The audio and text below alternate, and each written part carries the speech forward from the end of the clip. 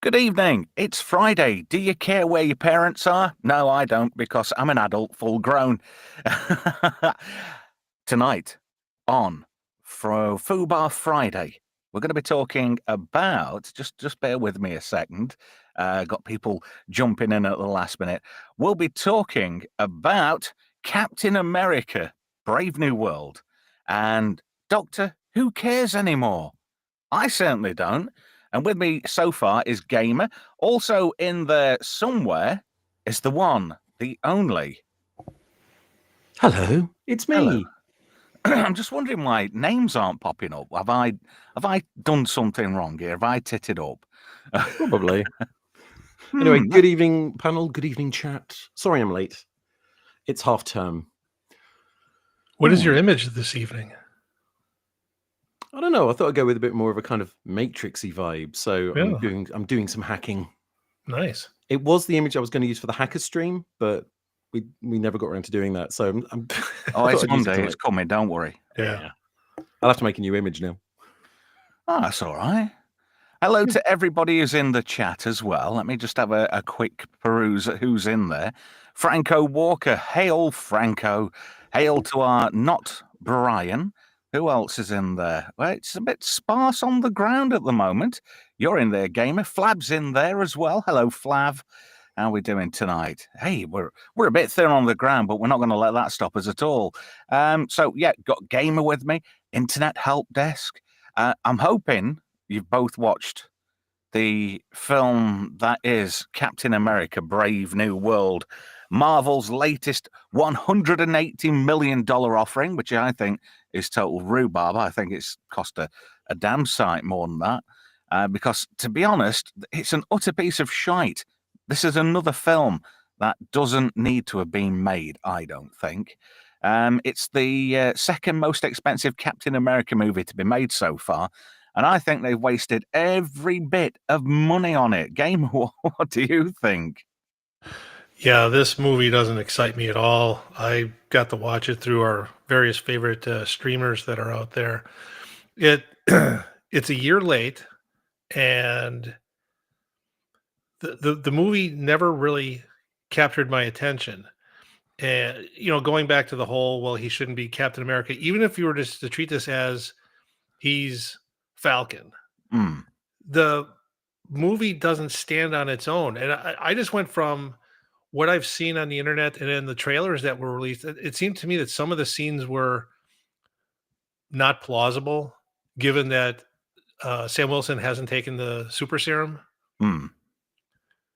I get that feeling. If he's just a regular dude who's in a costume, right? How can he fight a Hulk?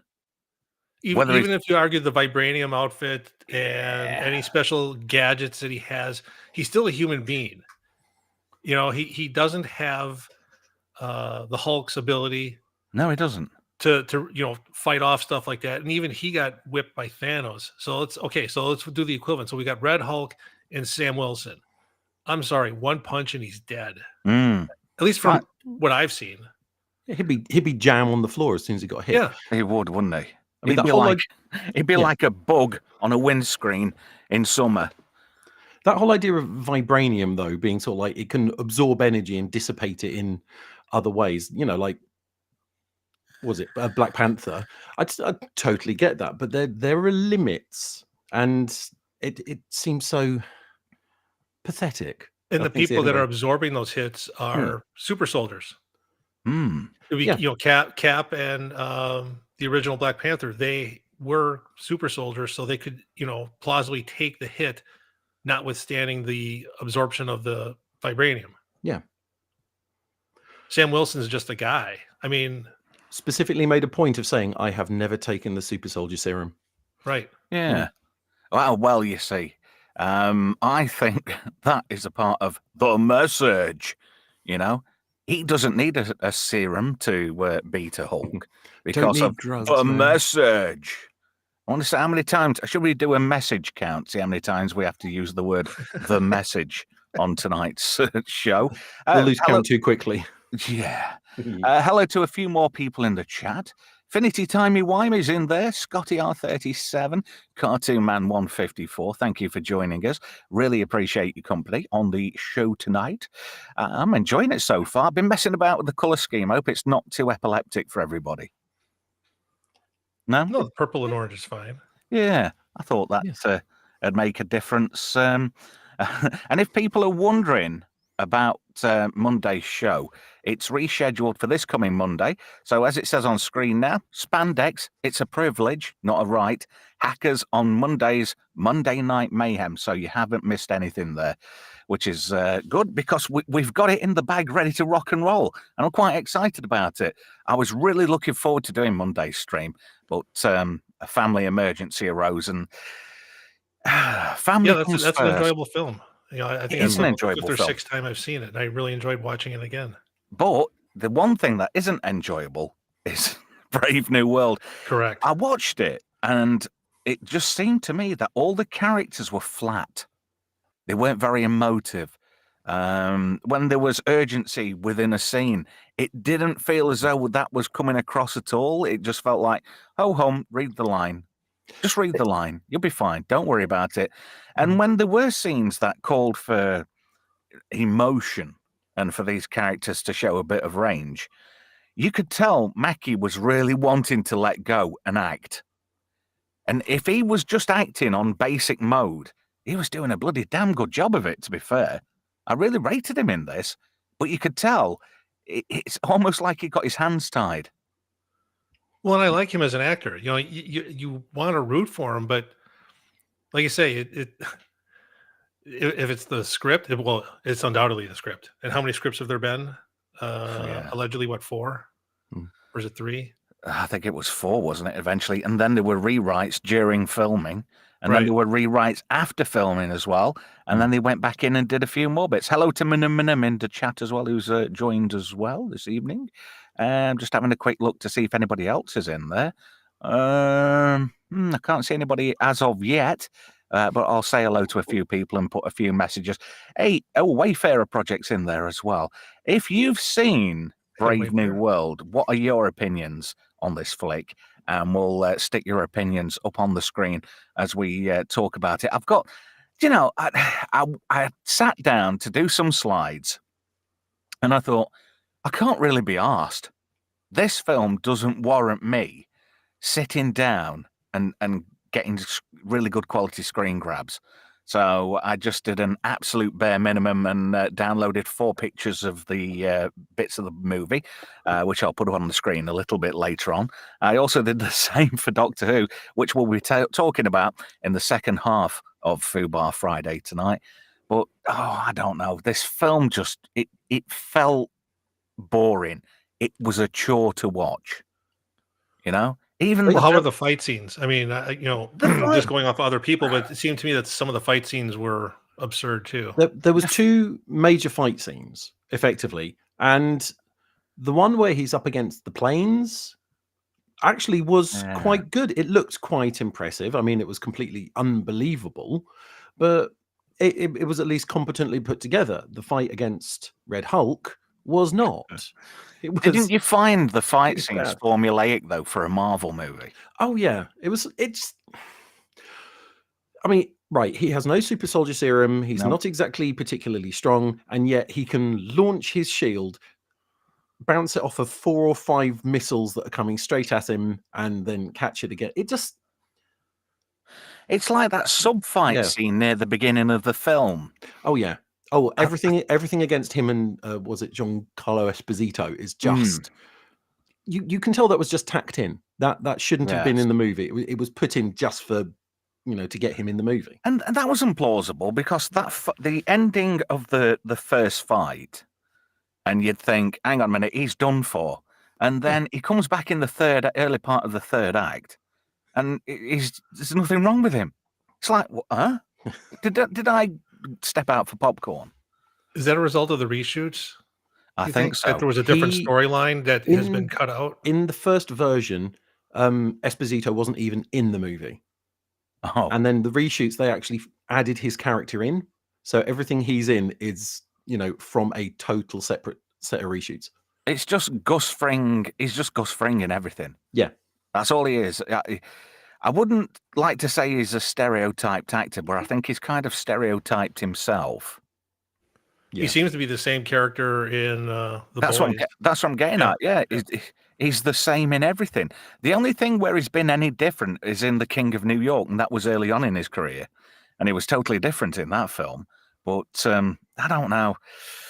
That fight scene, it just seemed like a complete stack of bollocks. I did was actually just crap. notice in the fights, he would always start to lose. He would always lose until someone said something that offended him about him being, coloured or weak or not having the serum or something, and then suddenly he would win. Yeah. So the only way to beat him is to just it. not offend him. I'm gonna have to do it. I'm sorry, help desk. The message. There we go. I'll tally that up. We're on 5 at the moment. Oh, keep score. If we get to 23, I think we ought to do a giveaway of some variety. Maybe somebody could win a prize. A lifetime supply of oxygen. Or maybe a complete set of tennis. I haven't quite made my mind up yet. Very cool. What would you sooner have, Gamer? The lifetime supply of oxygen or a complete set of tennis? Ooh, I'm going to go with oxygen. Yeah. It's always good. Seems a safe bet. It does help. Yeah. And did you notice Harrison Ford seemed fucking bored out of his mind? He wasn't even acting. It was just on, this is my pension. Fuck off. He has done interviews where he's just said the reason he did it was for the money. Well, if he's been straight up about it, then I can't fault him. I mean, he's in his what? He's in his 70s, is he? 80s? Is he still married to Calista Flockhart? Oh God. Ooh, But he's old, so he's getting to the point where I don't think he actually cares anymore, and he's still going to do another Indiana Jones, though. God help us. I thought he died in the last one. No, he didn't, did he? No, he didn't. He sort of settled down with Marion, didn't he? He was going to live happily ever after, but I don't think that's going to happen. We're all short selling him. He's 82. Oh, he's 82 in July. Is he? Yeah. It must be those tablets he was getting. And do you know what made me laugh? When I was watching it and this bad guy was ringing him up, and I thought, that sounds really familiar. And then when the reveal came, and then it kind of twigged who it was, and all I got going through me were like, I'm going after ask you gentlemen to leave your guns at the side of the bar like the rules here. He's Buster Scruggs. Buster Scruggs it was, wasn't it? Yeah. Couldn't believe it. And it's nice to see him in something different. But then again, it's the teeth and his nose. It kind of gives him away. I had a bad dream about Buster Scruggs once. I don't really want to bring it up, but it sort of scarred me for life. And I actually had that dream before I saw Buster Scruggs. How the fuck's that even remotely possible? Oh, dear.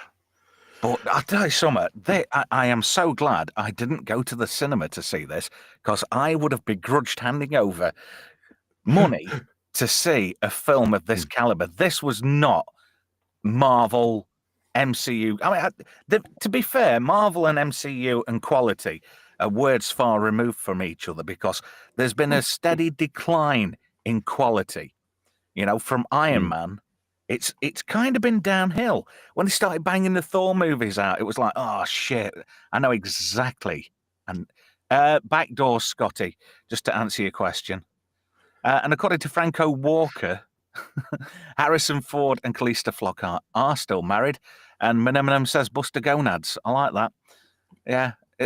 I'm sorry, Gamer, it's a cartoon character in a comic for older boys in this country called Viz, which used to be good until they sold out and said, X is too spicy for us now. We're going to have to leave and go to Blue Sky because our mum said so. And that was the moment we realized that comic had finally died. It had been sold. It had been sold off by the original owners quite some time ago. So it hadn't been quite the same. Yet again, everything's diminishing returns. As you get older in life, have you noticed how the thing that you loved in the past, it slowly degrades? Well, it didn't have to be this way. Oh, no, it didn't. Yeah. This is a willful decision. I mean, they were on top of the world and drove it right off the cliff. The message. Yeah. 6. Is that 6 now? That is 6, yeah. Yeah. Yeah, definitely. Flav says, Roger Melly, the man on the telly. I That's the love one. Roger Melly, the man on the telly. He was voiced by Peter Cook, the one and only Peter Cook. Yeah. And he used to say stuff like, "Oh, you fucker, Tom. Oh, cue camera, cue lights, 3, 2, 1, Roger. Hello, good evening, and bollocks." Yeah. I used to love Fizz. Getting back to the movie, I received a copy from someone. I did not pay for it, and I still want a refund. Gar. Yeah. Gar. It was just... Was it flotsam floating in the high seas? Which reminds here's me... a question for you. Since you saw the movie, did either of you also see the Eternals? No. Because I didn't have to pay for that, and I wanted my 3.5 hours back after that. There is a link. Right in that there is a category? link between the Eternals and this film. Right. It's a giant head poking Giant out head of and the hand, sea. yeah. And not just that, it's also adamantium as well. That was one of adamantium, the key elements of this film. America and Japan possibly going to war over a source of adamantium. Notice they didn't have China fighting for it, or Russia. Weird. Strange that. Yes. Japan of all people. Indeed. Isn't it? It's so stupid. This felt like, oh, we'll have this going off. Oh, hang on a minute. No, we better move that quick because this film won't sell in a certain area of Asia unless we change it around. So I wonder if in Japan they're up against Korea. They've changed it to North Korea, and in China they've changed it to somewhere that, for instance, Taiwan. Or something like that. Do you know what I mean? They've doctored it to suit the audience's narratives, just to keep people, guessing and happy. They do that. Yeah, of course they do. There are.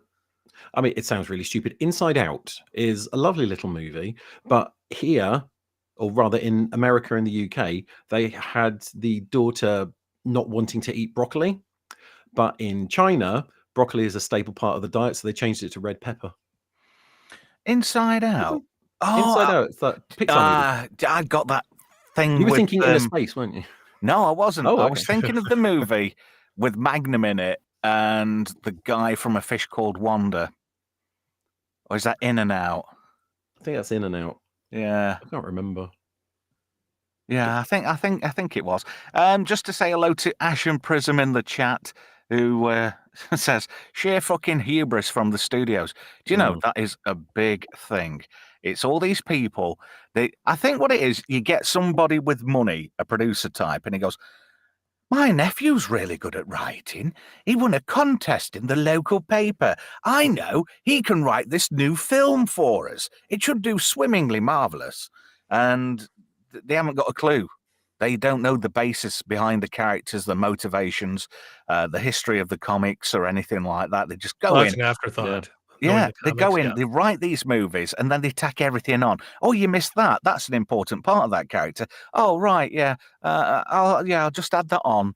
And yet again, it's another process whereby people go into these writers' rooms, chuck a lot of shit at a whiteboard, and whatever sticks fits. That's it. There's no real creativity. It's just a sham of ideas. None of them very coherent. And then they'll go, "Oh, well, that's not a bad idea. That's not a bad idea. But right in between, we need to stick in the message." Something in the middle. Yeah. Yeah.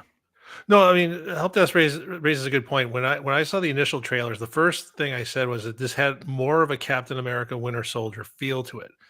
But then as the trailer progressed, he mentioned a scene that rubbed me sideways as soon as I saw it. And it was the scene with him shooting the shield at the missiles. Yeah. He doesn't have the strength to do that. Maybe he hits one. He doesn't hit multiple ones, and he sure as hell doesn't catch it. It's true. Hey, remember when Cap used to do this? Well, he's Cap, so he can do the same thing. Just forget the fact he didn't take the super serum. It was scenes like that that pushed me away from wanting to go to the theater. Although it was funny enough, I would have actually gone to see it last week Friday before this stream, except there were far fewer showings of this film at the theater I go to than Deadpool. So I didn't have the opportunity to go. Well, I think your theater did the right thing there. I think they did. Definitely did. I was going to say, if you haven't seen it, do you know how it ends? How the final fight ends? I've heard, but They win. Go ahead and tell me. They win with the power of love and friendship. Oh, and Cherry Blossom. Don't forget And the Cherry Cherry Blossom Blossom. tries to talk him down, and he can't. And then suddenly he talks him down, and he does, because there's Cherry Blossom. wow. Did you think the cameo at the end was just a bit naff? The cameo at the end was CGI. She looks so low quality. It's like they just filmed her against a green screen and just kind of chucked it in. She looks ZX81. It pretty much. It's like I think she was just put on a green screen and told, now imagine someone's here and you're talking to them. Who, Liv Tyler? Liv Tyler's in, Yeah. I couldn't remember her name for a second there, but I couldn't figure out why Bucky Hey, Barnes is running for Congress. Is that even explained in the film? well, I mean, technically he's a genocidal fuckhead who was hypnotized to go against the government, so of course he could run for Congress. It's perfect. Exactly. Apparently, according to Scotty, Liv Tyler's scene, she was filmed outside, then cut and paste into a dark room. It wouldn't surprise me if that is exactly what it was. Yeah. It looks. If you watch that scene again, you can just tell it's on the wonk. It's not right. Did you notice as well the poking and prodding of President Ross? Like, and it was like you could tell he was having they kind of gave the game away what was going to happen. Yeah, because it's like, oh yeah, that's a raw nerve. That's a raw nerve. Yeah.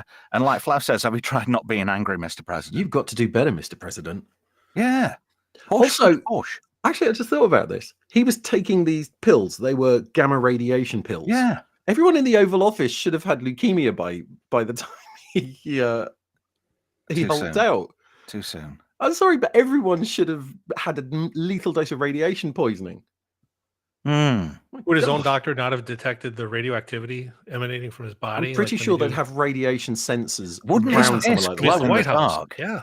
Wouldn't they'd notice, the cleaner would notice, because at night time when nobody's there, she goes in to clean the bog and the water is just like piss green. It's like glowing. The toilet water's glowing. Yeah. Sorry, Mr. President. Looks like you're pissing out Cherenkov radiation. Excuse me?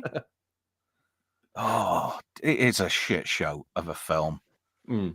I've never been so embarrassed to watch a film. Was this film more of a Hulk film, a continuation of the original Hulk? No, the amount of screen time the Hulk gets is pitiful. They use characters from, Incredible Hulk. It was what I mean is the bad guy is a character from the original. The bad guy was it was the Edward Norton Hulk, and Liv Tyler obviously was, General Ross's daughter in the Edward Norton. Despite the Banner one, away, which is why Harrison Ford is now Ross. But it's just so in name only, it's a Hulk sequel, but it's not a Captain America sequel either. It's just I don't quite know how to describe it apart from no. Yeah, and why red? Why couldn't they have made him pink or rainbow coloured? That would have really promoted the message. Sorry, 8. Right. I just think they could have made such a better film. And again, it's not the beat on him being Cap, but if you have Bucky be Cap and him be Falcon, you could do a movie with them. Their chemistry in the TV show was there, and so you could make a plausible movie with them together. Falcon was a great character. With him for the message, and then put Bucky in another film that nobody's going to go see either. Yeah. Falcon was a great character. He had his, electronic drones, and he had the wings. He didn't need the shield. He could do his own stuff. Did anybody notice that the drones look like the Phoenix from Battle of the Planets? No, I wasn't paying that much attention. I was probably having a drink at that point. I spent more time playing a word game on my phone watching this film, and I just kept looking up every now and again, thinking, crap. Trev saw that and he goes, "Hey, I know what that is. All right, I know this from something that's better, something better from 30, 40, or 40 years ago." Right? Yeah. Can I just say, this screen grab you've got here? He has just flown and he's just landed, and he's about to throw his shield and knock some people out. And that's early on in the film as well. It was they tried to sort of make it dramatic at the beginning, but it was such a lackluster fight. It was boring. It was predictable. You knew what he was going to do before he did it. It's just how some things just stick out an absolute mile, and you think, God, this is formulaic. I am bored already. Do you But want they to know tried to make it exciting and energetic, but it was just crap. the reason I remember this bit is quite simple, because he lands and the first thing that happens is his Wakandan super helmet disappears. He's Now, got a helmet. surely, You if you said no, but helmet. if you're fighting people, the one thing you'll want to do is protect the soft, squishy part of your body with a One would helmet. hope. Yeah. Otherwise, it's basically, you know, a motorcycle hat that you take off when you're not driving anywhere. True, there is that to it. What he needs There's a lot. helmet. There's a lot. There's more holes in this plot and script than fucking. Well, wait a minute. Switch. When he lands, is this the shockwave scene where he lands in a? Well, sort of. He does the thing, doesn't he? And then starts throwing his the Captain America shield around, and it creates a shockwave, and it kind of knocks these guys back, but not a lot. You know, it's like oh, just a bit of a knock. Whereas if it was Steve Rogers, it would have just tatered him completely. Yeah. Scotty has an interesting take. It's better than the Marvels. Anything, do you know? Anything's better than the Marvels. Marmite's better than the Marvels. Even Marvel is better than Marvels, and Marvel was a really bad instant milk back in the day. Finity Timey Wimey, hello Pete, says he has a super helmet. I like that. Hey, Andy Broadbent's in the building as well. Hello, sir. How are you? Looking forward to you joining in tonight. Evening, everyone. I'm catching up. Yeah, good man. He's a good lad, is Andy. I like him. Got a lot of time for him. So Scotty's got one here. Love and Thunder is worse than the Marvels. That is debatable. Wow. I saw Love and Thunder and hated every minute of it. That's a tough call. I never saw Eternals, but Eternals I thought was, from all the reviews I saw, I'm glad I didn't watch it. No. The Marvels I did watch, and I really wish I hadn't. To put them on par with this, I will say that this is slightly better than the Marvels, but only because it held my interest with explodey scenes. Exploded things, is that the technical term for it? Well, there was stuff on screen that entertained me. In the Marvels, there really wasn't. The Marvels was just, it was like Prozac's Prozac. Pretty much it. It was, wasn't it? It was like Marvel movies for the over 60s. Are you finding that you find exciting films too exciting in your golden years? Well, the MCU's got you back, bitches. We've made the Eternals just for you. You watch this film and you won't be having your nappy changed, will you?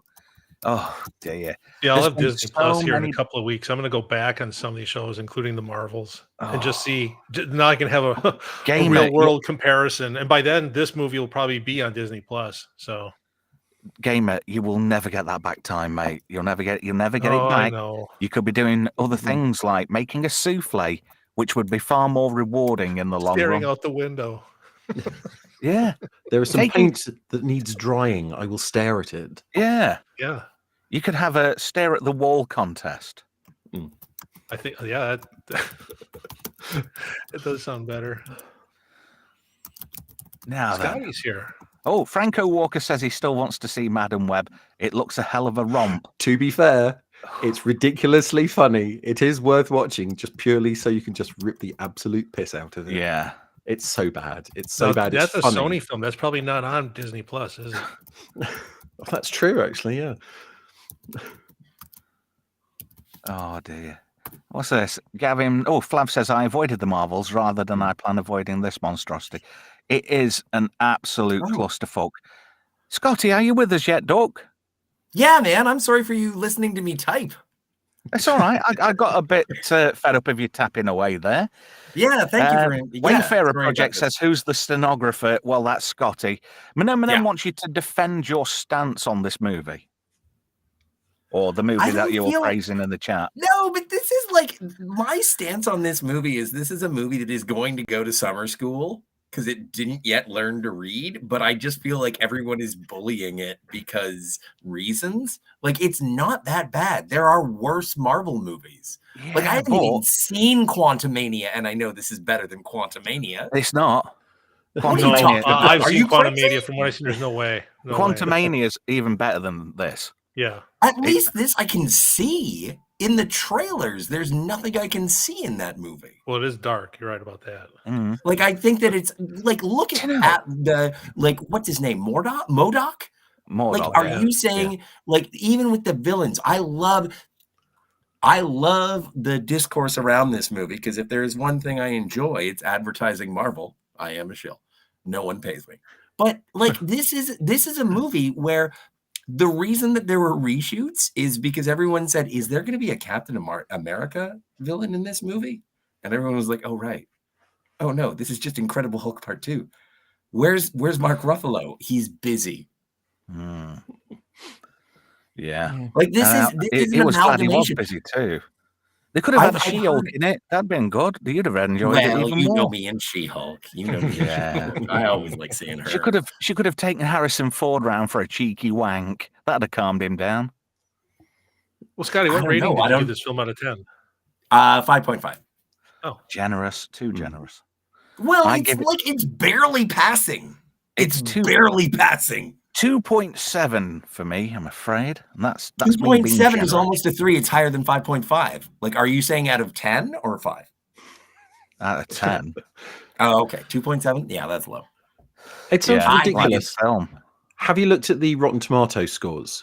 Which I ones? did. Right. Now, Rotten Tomatoes is obviously not a very good place to look at stuff because it's always sort of like Well, it's industry backed. the home of the shills, isn't it? Let's face Exactly. But if a website like that even says it's mediocre, you know something has gone really wrong. Yeah, I think it came Yeah. out at what, 54 or 58, was- whatever the number was. Yeah, it's it's around fluctuated that. around 50 for sort of like since it. it's Oh, it's come come out. down then. Is it better than Howard the Duck? No. Oh, Howard the Duck wow. is pretty Dude, bad. I love your conviction. Well, Howard the Duck's got tiny condoms that would actually fit me, so I'm quite jealous. Yes, it's got interspecial porn. Sorry I wonder about if the word. he actually ducked Lee Thompson. All right, so now we're into it. Okay, whatever. I'd love to duck Lee Thompson. I don't think I gorgeous. can pursue this. I get kicked off this stuff. Oh yeah, I forgot. Yeah, but there's rules and regulations on here. Chat, In you're very quiet, and it's not like you. So I want you to get into it. If you've seen this film, let me know what you think, and you can join in the conversation. A couple of things in there. Let's see. Oh, Professor R2. Ashen You got a Prism rating on says 5.5 is a bad score. It definitely I think is. so too. Franco Walker says as high as 5.5. All right, everybody fight. Professor R2's with us as well. Hello there, sir. 3.5 out of 10. Irredeemably dull, with plot holes big enough to shove a Hulk through, even a red Hulk at that. Or and Celestial. Just going on to Howard the Duck, and did he quack or did he duck Lee Thompson? I love this comment. This is brilliant. Flav says he'd have been quack as not. Dig it. See? He's here Flav all week, gets it. folks. He's Flav here all gets it. week.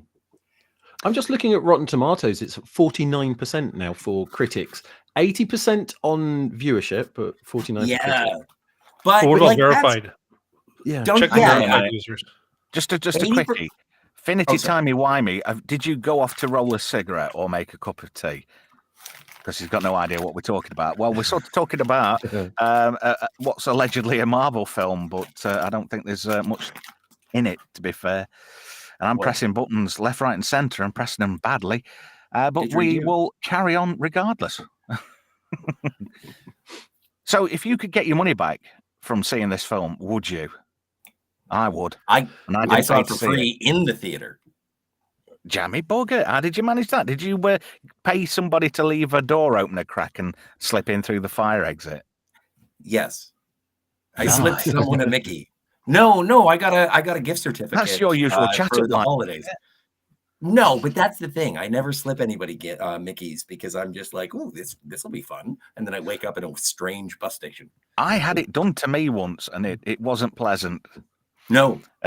Because I ended up passing out, but being conscious with my head against a toilet wall in a Ugh. pub, I which was tremendous apologize. fun.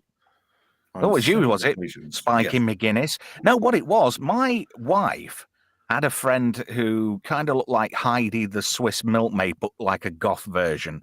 And we were in this goth pub, and she was sneaking drinks out of my Guinness. So I nipped off for a slash, came back, and obviously somebody's thought, oh, that pretty blonde thing there, I'll just drop something in her Guinness. But no, it was my Guinness. It wasn't even a good drug either. It must have been GB, but it wasn't particularly pleasant. But I suppose, silver linings, it was free. The cracked skull was free as well. And then they dragged you to see Captain America Brave New World. Oh, what's this here? Hello, Jill. Yeah. Our friend Jill is in the chat. She says, haha, Scott, you don't know what to do now you've found people who lean into your dirty jokes. We know what you're on with. We know. Yes. And what's this then? Finity says, is it based on a Soviet-era novel by Stanislaw Lem? What, Howard the Duck? I don't think so. The Man from Mars? The answer is yes. Possibly. Anyway. I think he's talking about Solaris. Franco says, Jill, I'm worse than you, Scotty. I'll give you a run for your money. I'll give you a run for your money. The message. I'll mark that down. That's 2. Okay. How are we doing on messages? Because I'm at 9 now. We're on 9 at the moment, yeah. Yeah. I've got to do it like Drinker though. The message. 10. Sorry. Well, but I do do you think there was a little blowback for Falcon and the Winter Snowman when they were talking about you do better, Senator? And it's is this, and there was some racial commentary in that show. Do you think that this movie contained the message? Because I don't. I'd think there were subtle attempts to do so, but it didn't. There was no payoff. It was just a case of, Captain America is black now. Let's just keep making a point that he doesn't need a serum to make him big and bad, because he's probably got a fucking gun shoved down the crack of his arse, and he'll pop a cap in your ass. They mentioned the fact that he wasn't Steve Rogers. Yeah. More than once. They're sort of like, you are not. Yeah. But I think that was more about making it so that, for the people who hadn't seen Falcon and the Winter Snowman, they were like, okay, so this is Captain America now. And it was it's the same thing that I saw when I watched the Marvels. It was like, okay, for everyone who hadn't seen WandaVision or Miss Marvel, we got to get them up to speed. At least Captain Marvel was a movie. But when it comes to this, as far as your movie-going audience who doesn't give a rat's ass about Marvel, if they want to go see a Captain America movie, it's like, well, the last time I saw Sam Wilson, he was handed the shield by Steve Rogers. So what has happened? And I think that if the last thing you saw was Steve handing him the shield, this ain't that bad. It ain't that good either. I'm not saying it's that good. But I think it's. I agree worse. with you, but then they wouldn't need to keep berating the point that you're not Steve Rogers and I didn't take the super serum. If the last film you saw was Endgame, then you already know that you don't have to have seen Captain America or Falcon and the Winter Soldier. Falcon and the Winter Soldier made me laugh anyway, because it didn't mean to. But it seems like he's world famous for saving the world, and he can't get a bank loan. Yeah, I don't make. And don't call terrorists because it might be offensive. I never understood that. It might hurt their feelings. Yeah, you might hurt their feelings. It's like they blew people up, murdered loads of people. Yeah. They're terrorists by every definition. I'm not saying, this is the thing, is that I'm not defending the MCU. I'm just saying, is it that bad? Is it just turn your head off and watch this action, flashy colors? Scotty, if it's shit, it's a children's story. Well, would this movie have been better on Disney Plus? Would it should have not gone to the theater? Would it have made a better TV series? No, that is it. No, you know why not? Is because it was over in 2 hours. This would be better as a Sunday afternoon Disney movie. Oh, Trev. That's the level. Can I ask you a question? No. All right, never mind. Yeah, go on, fire away. Is it better than Section 31? Jesus, I've seen Jeremy Beadle home videos that are better than Section 31. And don't ask me who Jeremy Beadle is. No, this definitely is 1,000% better than Section 31. See, Because that's all I'm here for. That Positivity. has been, yeah, but that was a straight to the fucking bargain bin. Yeah. Anyway, that would be straight to VHS if VHS was still a thing. This would be straight to DVD in Poundland. This is dollar store Marvel, I'm afraid. Oh, yes. Yeah, no, it is. It is. Scotty's I right. can't argue This with is that. better That's than why I give it a Section 31. 5.5. Thanks, man. Well, if you're paying for the amount of money they put into this, and no offense to Anthony Mackie, because I thought he was really good in this, but he's not big enough of a draw yet to be a leading man, I don't think. Because whenever he has tried to be a leading man, he hasn't quite pulled it off, I think. I don't think he's got that level of gravitas yet. I think the writing doesn't help. A lot of good, leading men have sort of like that huge, big speech that they do, to kind of cement them as being remember, good. The writing's shite. That doesn't help. Maybe if remember there was a when co-lead in this film, like Spider-Man or Ant-Man, it would have been better. Oh, yeah. Do you want to talk about Joaquin, the new Falcon? Oh, that's a good comment. Hello, Tom. No one gives a shit about this film. You lot need to get alive. If we could get one cheap, then yeah, we'd be there. Say, it's not on sale yet. Otherwise, I would. Like Anti-Derivative Jill says, almost anything is better than Section 31. The bar isn't low; it's underground. Yeah, Yes. it's yeah, it is. Very true. It's Well, that is it- low. Okay, but is it better than Thor: The Dark World? No. I Yeah, think that- it's on that is at a bit of a least tough on call. par. At least Well, on par. yeah. No, I think I mean, I'll know for sure in 2 weeks, but having seen what I've seen and everyone else talking about it, no, I would still put Dark World ahead of this. I've got a complaint. I'm going to have to tell somebody off. Brian, stop nicking my jokes, please. I did that joke on Brown at least twice about Jeremy Beadle had a massive, I had a massive penis. On the other hand, it's quite small. He's reversed it. I see what you did there. 25% different, doesn't have to pay royalties. Well, yeah, you see. Yeah. And Franco Walker knows what he's talking about. Please subscribe and hit the bell, share and hit like and select live chat. We're all there now. This is a good one. I like this, Finity. Gravitas. That was Rimmer, wasn't it? The Gravitas Empire. No, stoke me a clipper. I'll be back for Christmas, though. Nice. If you know that one. Indeed. Goodbye. Ace. It's Rimmer. You were a worthy opponent. I love that. Reg Oldsworth from Coronation Street and Ace Rimmer's riding a crocodile down midair after a Nazi. It has been so long since I've seen that series of Red Dwarf. Oh, man. I've got it on DVD somewhere. I'll have to see if I Ace can dig it Rimmer out. is just, that should have got its own, that should have been its own thing. Ace Rimmer, the series. This screenshot, it's literally, right. Falcon gets With knocked out. Falcon, Mexican Falcon, not America Falcon. Hey, I'm going to fly over the border and pick up some good weed, bro. He gets intentionally knocked out near the end. So it's just Anthony Mackie in the final section. Yeah, funny that. I Yeah. noticed that. Yeah. Well, and I have an explanation for that, storytelling wise. Bad writing? Like I Convenience?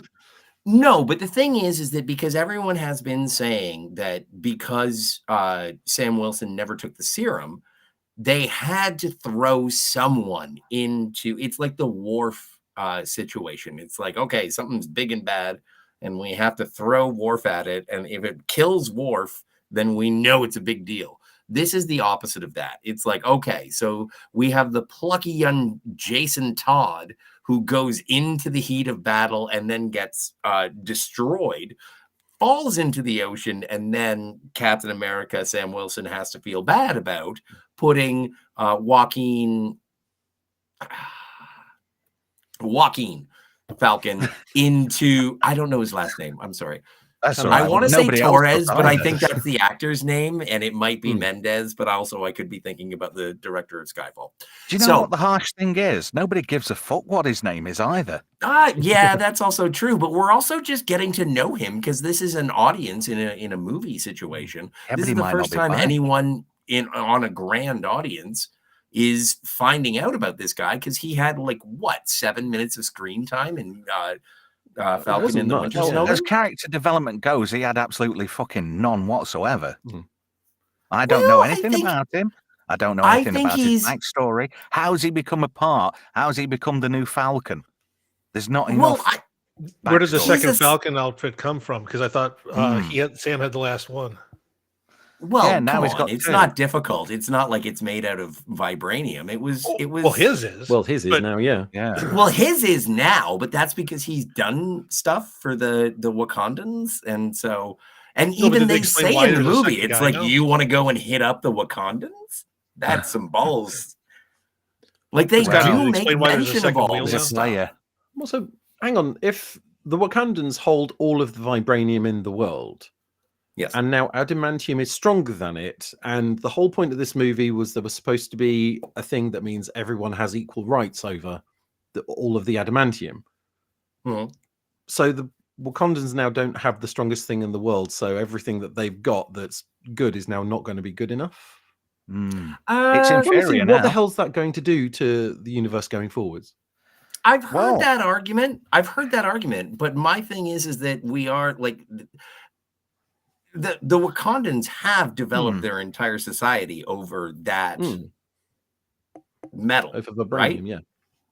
And so if something is new, it takes you a while to refine it and figure out the best usage. You don't just turn it on. Like there is a research development trying to figure out what works best. I don't know if it conducts energy. I've never seen like, well, no. Have you ever seen a Wolverine comic where he gets electrocuted because he stabs something with his claws and all of a sudden it's super conductive to electricity?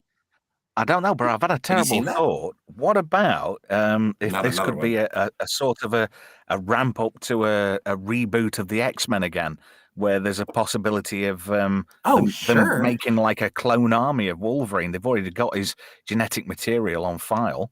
Hang on, is Wolverine actually in this universe? He yet? would be 'Cause- still alive in this universe. He doesn't die until like, is it 2036 or something like that? So where did that No, adamantium come from? 2029. different universe. Really? Oh, they're using that one, are they? No, it's a different universe. Anyway, No, if you go by Deadpool, what? no, but if you go by Deadpool logic, it doesn't. Yeah. Deadpool and Wolverine are in the same universe because it's a Fox universe, and so yes, Yeah, but Wolverine using does die in 2029. Well, hey man, if you don't want to hear No, the no, no, you just explanation, made me think, and I have to strike while the iron's hot when you're about, right? If you think about it, writers are that devoid of fucking interesting ideas. They have to use multiverses as plot devices to make up for no plot whatsoever. And going back onto Joaquin Torres, he's played by Danny Thank you. Ramirez. So I still don't know who he really is, and I still don't really give a fuck. All I was excited about was when I saw Carl Lumley, and I went, Mantis! That was the first thing I didn't think about Isaiah Bradley. I just thought, oh, that's Mantis. I was quite stoked about that, to be fair. I love that show. Anybody else like Mantis, or am I the only one here? I think it's you. I think it's just you. I vaguely remember Mantis. It was good. Yeah, sure. Was it better Definitely. than this? Hey, even Okay. that, you know, the really bad Invisible Man that they ran on Sci-Fi Channel in the 90s? The one with Darian Oh, Fox. Who was? Yeah, I remember Right? that. There were This is better than that. Yeah. Oh, I wish that they'd put that on a rerun. That was, to say it was like El Cheapo, I thought that was a really good take on the Invisible Man story. Yeah, but I didn't like the lead actor. So, Really? Who was the not lead for actor me. in that? Yeah. Well, Darian Fox, that's all I remember. Gary McVacuum of charisma. I'm I'd look thinking it of a up. different Invisible Man. Hang on just a second. There's been that many. There has. Are you thinking about the Chevy Chase No, one? there was a British version featuring a Okay. guy from Men Behaving Badly. He did the voice. Also does Oh, the voice maybe I don't of know. Bob the Builder. What's his name? Oh, Vincent Ventresca. No, No, the other one that me and Scotty were talking about. Oh, see, I thought you were talking about Ventresca too. Yeah. All right. 2000 to 2002 Oh, I have to says a look thief at and a con man is given the means to become invisible and ends up working for a government agency. He gets a gland put in him what produces a thing called Quicksilver, if you remember. How do you get a gland put in you? Well, he got caught, didn't he? And they offered him an alternative. You're going down for the rest of your days. Sir, we're going to give you an extra appendix. It was drop the soap or have this put in your arse. Okay. Oh, that makes sense. I'd sooner have a gland that makes me invisible than get bum raped. Well, I want wings and a shield. 45 episodes as well of that Invisible Man, which is not a nice little. Oh, it sounds like a a success. nice little tangent. And then there was Eddie Jones in it, who was in Lois and Clark, I love Eddie who played Jones. Jonathan Eddie Clark. Jones He is played great. Jonathan Clark, didn't he? Yes. You know, I've got a lot of time for Dean Cain. Wait. I've read some of his tweets lately, and I know he's a bit politically close to the bone with certain things, but I think he's got his fucking finger on the pulse, and he says a lot of things that are true, you know, and he upsets people, and that, you know, people who say things that are the truth and upset people aren't really upsetting people. It's just people taking offense, and if you're taking offense to that, then it's obviously something that you are a bit of a twat about, to be fair. There we go. Vincent That's him. Ventresca. That guy. What's he actually been in? He has a very punchable has. face. He looks Wait, that's the smart. guy you don't like, right? He looks like Yeah, this is he the guy looks I like a like. proper smarmy twat. Yeah. He's got a bad I haircut. wonder if he still is. I don't think I've actually seen him in anything apart from this show. Thank heavens, I would punch I him. found my one. It starred Neil Morrissey. It was called The Vanishing Hey. Man. It was a movie and then a series in 1998. Ooh. You know I'll look this something? up. He's been in a shitload of things, this Vincent Ventresca, but I wouldn't actually be able to point him out in Well, I'm anything. He's very, Very happy he's getting paid. Oh, when it comes to Invisible Man, still my top of the stack favorite is David McCallum. He was The he was classic best. 1970s one. Yeah, I love that. Yeah. Oh, I didn't know David Oh, God, McCallum yeah. did it. Invisible It was Man. it was some Huh. it was some really early sort of like green screen work where he Fuck so off. he not It's all right. okay, not I'm just early. telling Eminem to Why are you I'm just telling angry? Eminem to fuck off. No, I don't like Katie Hopkins. She's one does. ugly motherfucker. Oh, you feel the same way about Katie Hopkins that I do about that, when the internet discovered boobs for the first time. What's her name? She was in Madam Web. Sydney Sweeney. Sydney Sweeney. It was just like, oh, she's the most Oh. beautiful girl in the world. And I was like, she looks like she drank paint. I think Swappers wants to give her a wet fanny, but I can't swear to that. Good. I Thank think- God someone else is ahead of me in I've never line. heard She that is an before. It looks like she actress. drank What? paint. What's that, gamer? What's up? No, Scotty, that's just the classic line. And I apologize to everyone in the audience who enjoys her, artistic Never apologize. stylings. I think Never the thing is apologize. No, I for don't it. mean it. she's I don't she's mean an it. actress who's willing to flaunt the fact that she looks good, and that is so rare that it So is doesn't matter- Nicole Aniston. Who? I don't know who that is. You don't worry. Google it. You'll find out. You'll be a man someday. Is she in a We- porn? I was going to say because She know Sasha Grey Bonnie Blue? settled down to be quite a nice streamer now. So What are you Anyway, saying, Ian? What's um, Nicole Aniston? Oh no, she's an adult entertainer. mhm. Oh, I'm looking it up, you see. Oh, good. I can't wait until the virus crashes the stream. Do you want something really stupid? Oh, you are God. less likely to get a computer virus from adult stuff than you are from a religious website, because people instinctively trust religious websites. So look up Nicole Aniston as a nun. Oh, well, I would definitely tap that. But, I don't think I'd do her any good with what I've got. Yeah, don't subscribe to the OnlyFans. It's a ripoff. You can't fill a hole in the wall with a drawing pin, can you? Okay, easy there, Simon. Here's a good one for you. Flav says you don't look at the mantelpiece when you're poking the fire, Scotty. And this one, I don't know what It this says means. Dakota When Johnson did this is all hot. become so Dickensian? oh no, this is just Demonetization. letting the side down. It's the isn't it? message. He says yes. Katie Hopkins is known as the English Sydney Sweeney. Is she folk? Load of bollocks. Wow. I'm gonna have to we're see her. deviating from the I think message. it's I like saying that. Let's just have a quick pause for station identification. If anybody wants to have a go at their best drinker, the message line, you go for it if you wish. I don't Okay. have an echo plugged in. You don't otherwise need I'd it. give You a don't try. need an echo. Just go the message. That's it. Just do that. You don't need sound effects. It's not Britain's Got No. Talent because we can go. I don't like doing you need a impressions of Scottish people accent, because though. someone always gets offended. Oh, fuck them. If people, right, people don't come here to not be offended. That's true. You know, people, with this, we do exactly what it says on the tin, and it says not for kids. So, you know, if people can't take the hint and they come here and go, oh, well, you said a rude thing. Oh, well, I'm offended. Well, that's on you. Tough shit. The other channels are available. There's millions on here. I'm just a minnow in a sea of talent. As I said that to somebody today. I can't remember who I said it to. Might have been Andy Broadbent.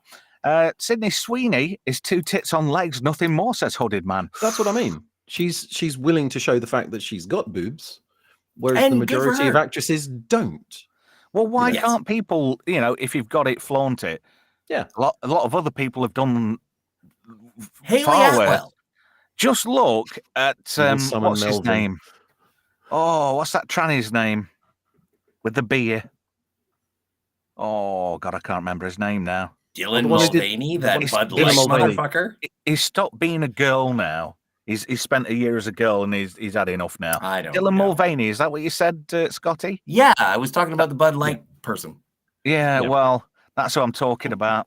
Yeah, you know what you're getting. Tom says Trev equals automatically offensive. You know me so well, Tom. Thank you. Oh, what's this? Ashen Prism says, I would say Sydney Sweeney is a decent 7.3. Not amazing, but you would definitely take it if presented to you. Oh, yeah, of course you would. Guys, can I tell you something? Can I Go on, tell then. you something personal? Don't tell anybody else, especially not in public. I like Captain America Brave New World more than I like Sydney Sweeney. Well, we didn't know that were coming at all. Apparently, Come on. not Brian says, drinker 6'3", believe it or not. Wish I was. I didn't know you could pile shit that high. Ooh. Hey, what about Everyone's this? the same height. Just Everyone's hold the on a same height second. lying down. Whoa. Nice shooting, Tex. It's my show. Shut up. Minimum says, not Brian does the best impressions. Is Mandela doing Taxi Driver? You look at, you're looking at me, it was gold. But when I try and do Brian's impression of Nelson Mandela, I sound more like Chris Eubank. Are you looking at me? Actually, I went a bit Robin Williams there, didn't I? No, you did. I got the. I thought you were Eubank more out of that. Peter Lorre, but that was Robin. Oh no, I can do an interesting Peter Lorre. That Hell sounds yeah. like Hergé Velasquez. Oh my I- stars! I sure you don't mean Multiplane, have delicious. Plane. wouldn't it have been great? And it wouldn't it have been great if Hervé Villachez was actually Khan's henchman in Star Trek II, The Wrath of Khan? That would have been fucking gold. Oh, it would have been. That would have been. They actually did that though. They dressed a little robot thing up, shields. didn't they? They would be useless. Boss, you have Yes. Genesis. Yours is superior, boss. I shall avenge you. Yeah, see? Oh my God, we should do a dramatic reading of the script of Star Trek: The Wrath of Khan, ought except to do, we ought to do a Joaquin. table read. He Yeah. stayed at his post when all the other trainees ran. Ashen Prism says Brian's impressions are bloody funny. Yes, they are. Yeah.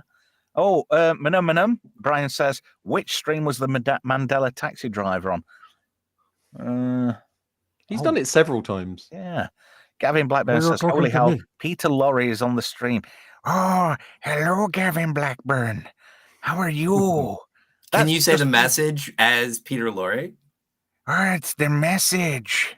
Oh, that sounds creepy. Yeah, totally. In fact, I learned to do that impression by watching Stingray. I don't know if you got that in Canada. The Jerry Anderson show, Stingray. I loved No. Stingray as a kid. You never seen Stingray? I'm not even familiar with it. We I have will that write here. it in down. States. God, They it's amazing. did have Jerry Anderson stuff though on CBC.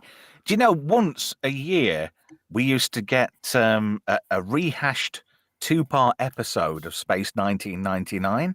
You know the one where they've invented a ship and it can reach Moonbase Alpha, and it's really these aliens.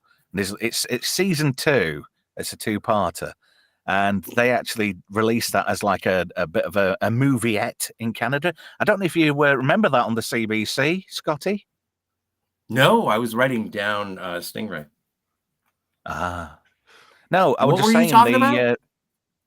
Every now and again, CBC used to run like a 2-part episode of Space 1999, but they hashed I've it never into seen a.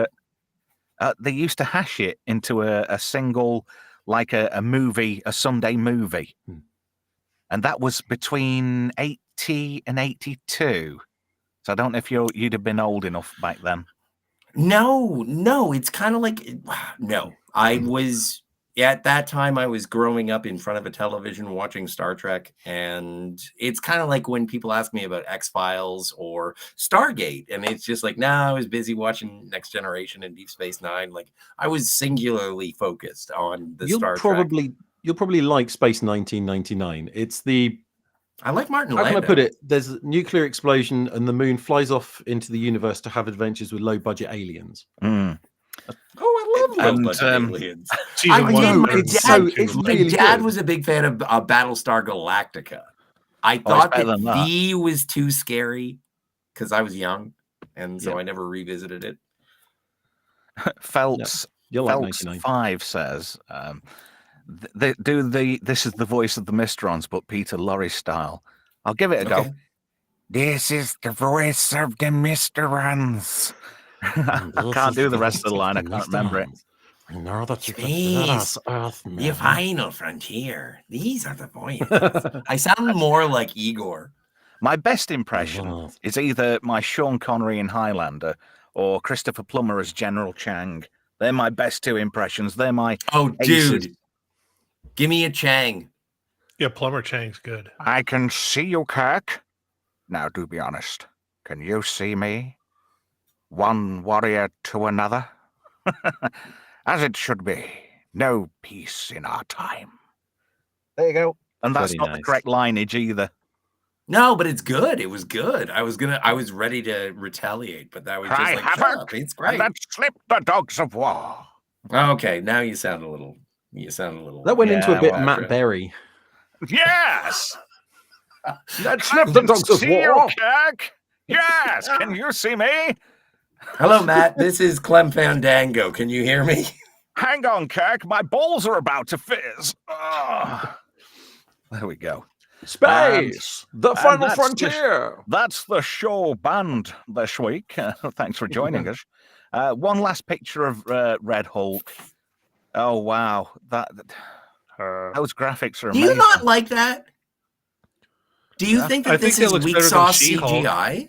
It does look better than She-Hulk, yes. It does, and I love She-Hulk, but it does look better than She-Hulk. Anything looks better than She-Hulk. Shut your face before I cross the Atlantic. The videos of Diddy parties look better than She-Hulk. You know what? If I could have gone to a Diddy party with She-Hulk, I would have died happy. You might No, have you just would have died with your hips being crushed. Yeah, no, I don't care. Again, happy. Fair. Oh, I got a request from Phelps 5. Sean Connery, please saying my balls are about to fizz.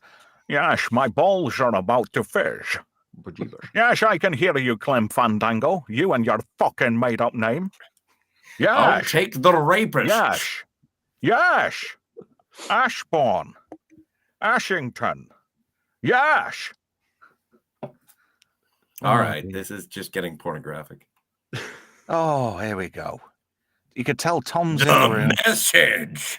Awful. Say the message is Sean Connery, and then Bloody as awful. Richard Burton. Well, Franco Walker's hit the nail right on the head. Demonetized. I'm not even monetized. I have. Look, I've got like 800 and something hours view hours. I've got 148 subscribers. I shan't let that go to me head, finity timey wimey. You know, you have to jump through a lot of hoops to get monetization on here. And at the end of the day, you know, if somebody wants to buy me a coffee, I'm all for that. But I'm not do you have jumping one of through those? hoops. Pardon? Do you have a coffee link? I do. It's in my description down below. Delightful. If you want to check that out, that'd be nice. Anyway, I don't know about you, but I am absolutely fucking bored of talking about Marvel. Yeah. We'll just have a bit of a palate cleanser and have a chat amongst ourselves. Delightful. Gavin Blackburn's made me laugh. This is the line of the show. Joke's on you, YouTube. Trev isn't even monetized yet. No, I'm not. Nope. Do it for the love of it. That's the bit. Well, Yash, but I've got to keep the fucking lights on, Graham. That's true. Oh, what's this? Flav says, I need... Oh, sorry. That's what... Be like... Phantasmagorium. Phantasmagorium. And buy 1,000... Why the fuck would I buy subs? Well, they're quite cheap. I think they're on it's kind of discount weak at the moment. sauce. It is. According to Flav, I need 850 plus more subs. Then we can pay to insult you, Trev. Oh, Felt says, you coffee slag. Well, I've got to be. You know, I'll show you my left nipple for $5. Brian says, oh, that reminds me. Buy me a She-Hulk. Hot Toys has a She-Hulk, and I want for one. fuck's sake. Buy it for me. Look, Scotty, right? Give it 6 more months, and that Tatiana will be that hard up for fucking cash. She'll come and be your lap dancer for life. Are you saying I can pay $400 to get a slow dance with Tatiana Maslany? You could probably pay $4 and get it in 6 months' time. I think that's a little cheap. Shut up! I'm trying to fucking make some money here, you twat. All right, go for it. Not Brian. Sorry, Scotty. Honestly, not Brian says buy Trevor pot noodle. Stuck the link on there. Thank you. I appreciate that. Oh dear. Franco Walker. Oh crikey, this is a gold. Fuck Marvel. I hate fake milk. Yes, we already mentioned that earlier. Milk. Yeah. No wonder my bones are so brittle. Powdered milk back in the day. Oh dear. Who likes it milky? Anybody? No. I don't know. I like it with chocolate. How do you like? I think it cleanses the palate. Scotty, do you like your coffee like your men, black and bitter? Speaking of which, black and bitter. Hey, that was a nice segue. Nice segue. Oh, look, it's Scooty Booty. Is it Scooty Gatwa?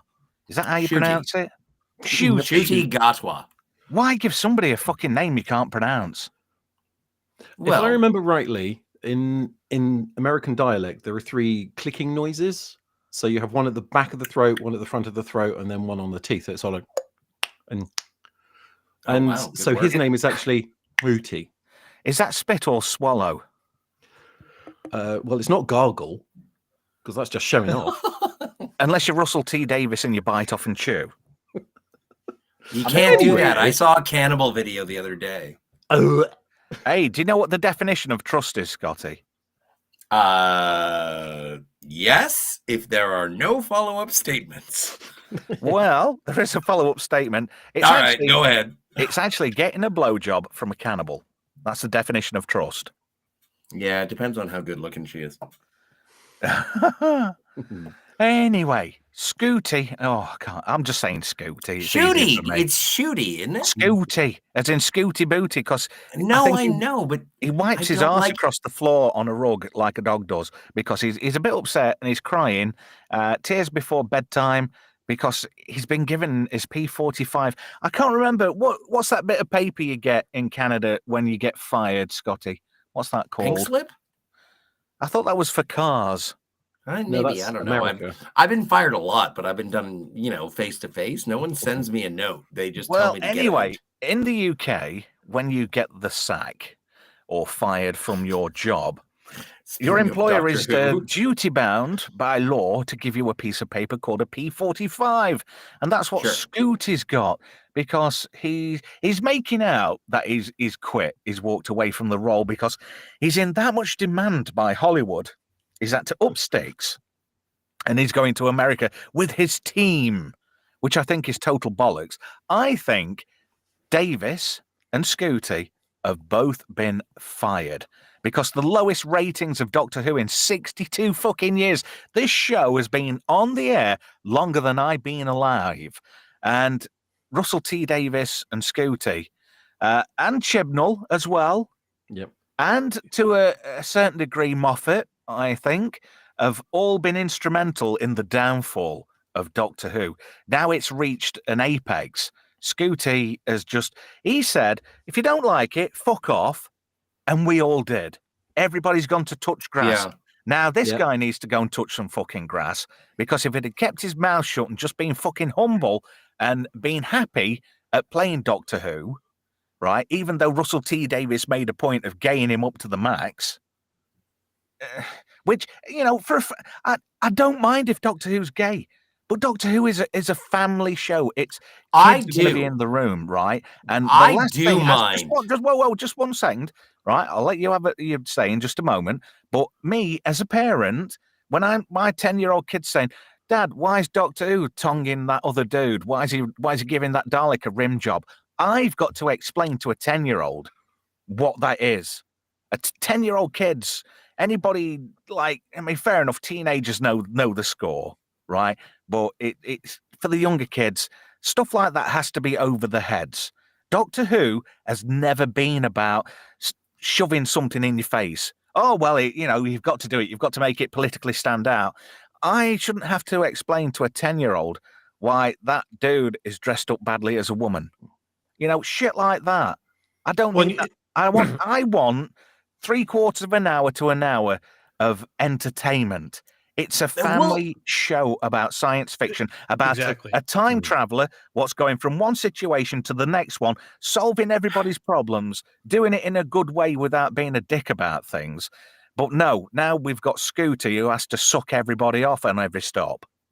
I don't. But here's the thing that really bothers me about it, and it started with Jodie Whittaker, is that when Jodie became the Doctor, I was like, oh, she's going to be like a coy, sly, sarcastic honeypot who is always going to say no. And the thing is as it has been with all of the Doctors, you're going to be attracted to the Doctor. And then Jodie showed up, and I was like, I am not in any way remotely attracted to you. And then when Shooty here, and I hate you calling him Scooty because it sounds like Scotty, and fuck that noise, Solid I'm Bob. not that cultured. I can't say. That's fine. That's fine. I understand. You're from the old world. Well, and so like Shooty Shooty here is sitting there, and he's like, and he's being like overtly gay. And it's like, you know what? The thing is that if we have an overtly gay Doctor, the thing is that what he does is tell every gay person, I am above you sexually. I have no interest. I'm just wearing these clothes because I like dancing. And that is what Doctor Who has always done, has been like, I like this style. I'm going to do it. And if you want to fuck me, get in line. I have a wife. Her name was River Song. And that should have gone for the Jodie. And it certainly should have gone for this Axel Foley impersonator. And that's my 2 cents. Hey, this is interesting. Just a quick point here. Flav says to not Brian, I'm ashamed to say she attended my high school. Hey up is a Yorkshire lad.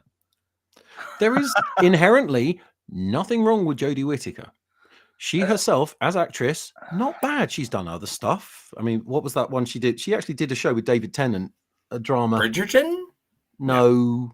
It's the one on the sea. It was the one on the seafront, not Blackpool. That was Matt Smith. Can't remember. Anyway, but she was in it. Broadchurch. That's it. Yeah, and she was good. She was quite good. And is there any warp drive in it, or phasers, or? No, it was it's just child murder. It was murder basically. No, was that on terrestrial TV here? Yeah. I don't watch terrestrial TV. I don't watch any live TV.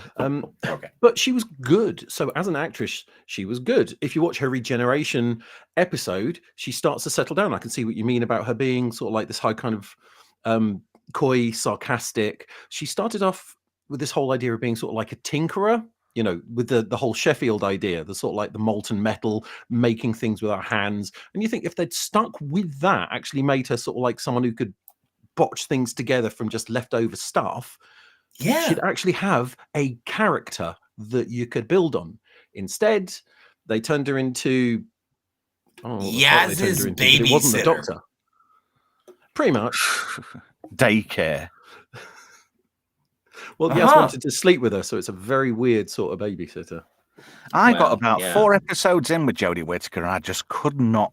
She over-egged the Yorkshire accent. And fair enough, You're they further did than some me. scenes not too far away from me, because I live quite close to Sheffield.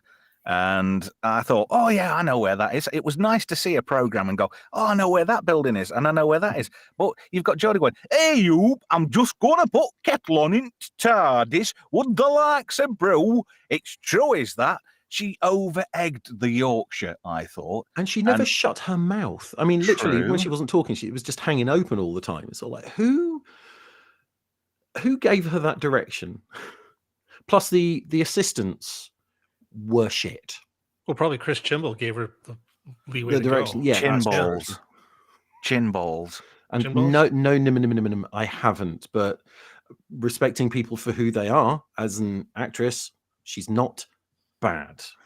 As the Doctor, she was shit. Just to reinforce this, what Sword in the Storm says, I honestly had no issue with the Doctor being a woman. I didn't have an issue with her being a woman. I thought that was a great idea, but that other lass, the black lass, she was really good, and she would have made a better Doctor Who. Which Felt one? the one who was the original Doctor. The one they've retconned to be the first Doctor. Really? Yeah. She I was I was thought thinking it was Liz quite hot. Hurley, but okay. Well, she'd have made it even better Doctor, yeah. Do you know who the first female Doctor Who was? Joanna Lumley. It was Joanna Lumley. True. Yeah. I remember Don't that now. talk to me like I'm some kind of fucking casual. I'm just wondering if anyone in the chat actually knew that. Oh, I'm sorry. I jumped all over the answer. No, you're like fine. I was on It's all right. Jeopardy. It was a charity special called The Curse of Fatal Death, where they burned through all of the Doctor's remaining lives because they didn't think it would ever come back. So it started with Rowan Atkinson, and it went through who was it? Jim Broadbent, Richard E. Grant, Hugh Grant, and ended up on Joanna Lumley as the last incarnation of the Doctor. Interesting thought, guys. Missy should have had lead of a female spin-off, says Flab. And I agree with that. I thought Missy was an interesting character. Oh, sure. But they also wrapped that up when they had Well, they bumped her off, didn't they? Again, and Yeah. Well, no, but they had the previous master meet up with the new master, and so it was kind of like a day of the when they have multiple doctors. This was kind of one of those. It was epic. It was a thing where you had multiple masters, and I really liked that. Even though it was excuse me, what did you just say, Scotty? multiple masters? I thought you said multiple bastards. Never mind. Well, I would have preferred that they created separate characters. I didn't. Do you know what made me laugh in when they did the was it the 5 Doctors, Peter Davison era? Yeah. Because Tom Baker refused to come back with Lila Ward. They had the waxwork, didn't they? No, they had him stuck in a time loop. It was in That was it. It was in a canoe thing, wasn't he, in Holland or something? And he was just stuck there. And it was the back of his head, of all things. And it was a bit shit, really. It was all the promotional material. It's all a waxwork. Sorry, can you that's do what me I'm a thinking. favor? Can you switch over to like a TARDIS or something? Because I don't want to see this black man cry anymore. Oh, yeah, all I right, feel like I'm I'll- watching I'll- Roots. I've got to hang on. I might have to go. Number 4's got the TARDIS picture, but I'll tell you what. All right. I'll just whiz through these very quickly. I don't want to see. That's fine. Hang on. That's fine. That's very gay. It's Balenciaga. It is. There we go. That's about the best I can do you. I love the TARDIS. I like That's not his roundels, TARDIS. proper roundels. Yeah. If a TARDIS hasn't, I'll tell you who had the best TARDIS interior anyway. Do you remember Anthony Ainley's interior TARDIS, the black one? That was amazing. The interior of the TARDIS has always been really interesting to me. In the Tom Baker era, there was a reason they couldn't use the main control room, so they had to find the backup one. Oh yeah, the wooden one, the one with veneer, which looked great. But to get to it, they had to run through a load of corridors, and the only place that they could find was a disused hospital. So there's an episode of them just running up and down corridors of this hospital, pretending it's the inside of the TARDIS, and it's also that- like old school brickwork and metal Is that rods the and one stuff. where he had to unpick his scarf, or was that Peter Davison when he was having his crisis? No, I think that's the one where he started to unpick a scarf. Yeah, Yeah, so he didn't get lost in the That's it. interior of the TARDIS. yeah. But yeah, Oh, so dear. it's if you can find it, it's just an old hospital, and it looks awful. Do you know something? Out of all the Doctor Who's that there's ever been, if somebody said, Trev, you can only pick 3 Doctor Who's, and the rest get deleted, it'd have to be Baker first, Pertwee, because Pertwee would. I mean, let me just go back and justify what I'm going to say here. Oh, yeah, you should. Yeah, Tom Baker, he was the fucking Doctor. If you'd have cut him in half, it would have said Doctor Who. He believed in his role so much. He was the Doctor. He was living it, and he was just fantastic. Everything he did, it got a certain degree of childlike wonderment about it. It's like, oh, I'm going to explore the universe, and it's all going to be involved with this, and there's lots of dreams and poetry and magic, and there's a cause and effect, and everything was logical but fun. It was almost like through the eyes of a 5-year-old, if you know what I mean. Second choice would have been Pertwee. He, as a Doctor, was hard as fucking nails. He got a hovercraft. He got Betsy. He got this. He got that. He could do judo. He was the most physical Doctor out of all of them. And if somebody needed a crack, he wasn't shy about slapping somebody about if they needed it. And I thought he was really good for that. I mean, he was the no nonsense, I'm not taking any of your shit Doctor. And the only other Doctor I'd pick out of all of them after that would be Capaldi. And people say, well, why would you pick that? It's Moffat era. No, he was... Honestly, Peter Capaldi was a fucking immense Doctor Who. It's just a shame he was chokeholded. It's the only time they've announced... The first time they announced who was going to be Doctor Who before they announced it, which I thought was a very odd move to make. Come on. The angry eyebrows. He's fucking great. He's another one. He's a mixture. He's the perfect mixture of Tom Baker dude. and Pertwee, but makes it his own thing. He's brought that dandy, hard man element, what doesn't take any shit, but he's also got that wonderment and that childlike curiosity, which a traveller would have. And Flav says Capaldi was ruined by the scripts. Yes, he was. They wanted him out. He had a couple of really good scripts. Just hold on a Especially that second. last There was a season. change. There was a change at the BBC, and somebody there said, "Wouldn't it be a good idea if we had a girl as Doctor Who?" And they all went, "Oh yes, marvelous idea. We'll write scripts that choke Peter Capaldi's acting ability, and they'll probably get the hint and then throw in the towel." What are you talking about? If you want somebody out of a job, you make life hard for them, don't you? Managing the man, I think is the term. Right. I think there was a high degree at the BBC of people. Go on.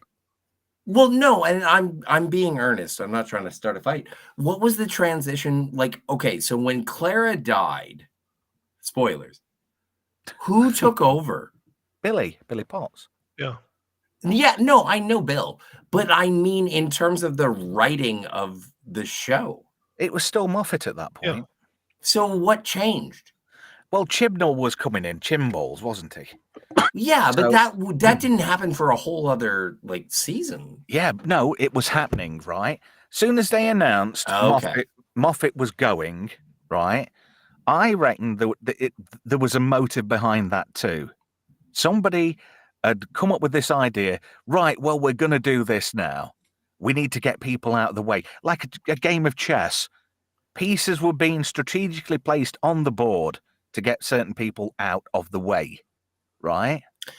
But wasn't there a thing? Like my top 3 doctors of all time are Patrick Troughton, Peter Capaldi, and Christopher Eccleston. So 2, 12, and 9. And the thing is justification, sir. My justification is that I enjoy a man with a recorder. Capaldi is You just give me an awful on. flashback. You've given me a flashback there to that fucking To what? awful alien movie, Covenant. Oh, Oh do no, the I'll do the fingering. fingering. Yeah. Not him. Oh God, I can't stand David Fassbender. He looks a No, proper but I'm wife just saying. beater. I think that the whimsy and the impishness of the Doctor was introduced with Patrick Troughton, and so To a that degree, yeah. introduction really, really resonates with me. If you couldn't tell, and I like the authority of Capaldi and Eccleston in his rage, and so that's why I like those three Doctors. Franco says in the chat that Stephen Moffat was a good writer. He wrote Coupling, yes, he did. And yes, he was a great writer. But like I say, when there's dynamic Say the shifts message. behind the Say scenes, the message. the message. There you go. Capaldi was great, but the scripts let him down. Feltz 5 says, yes, and that's what I'm trying to say. If you want somebody out of the way, you make life incredibly hard for them.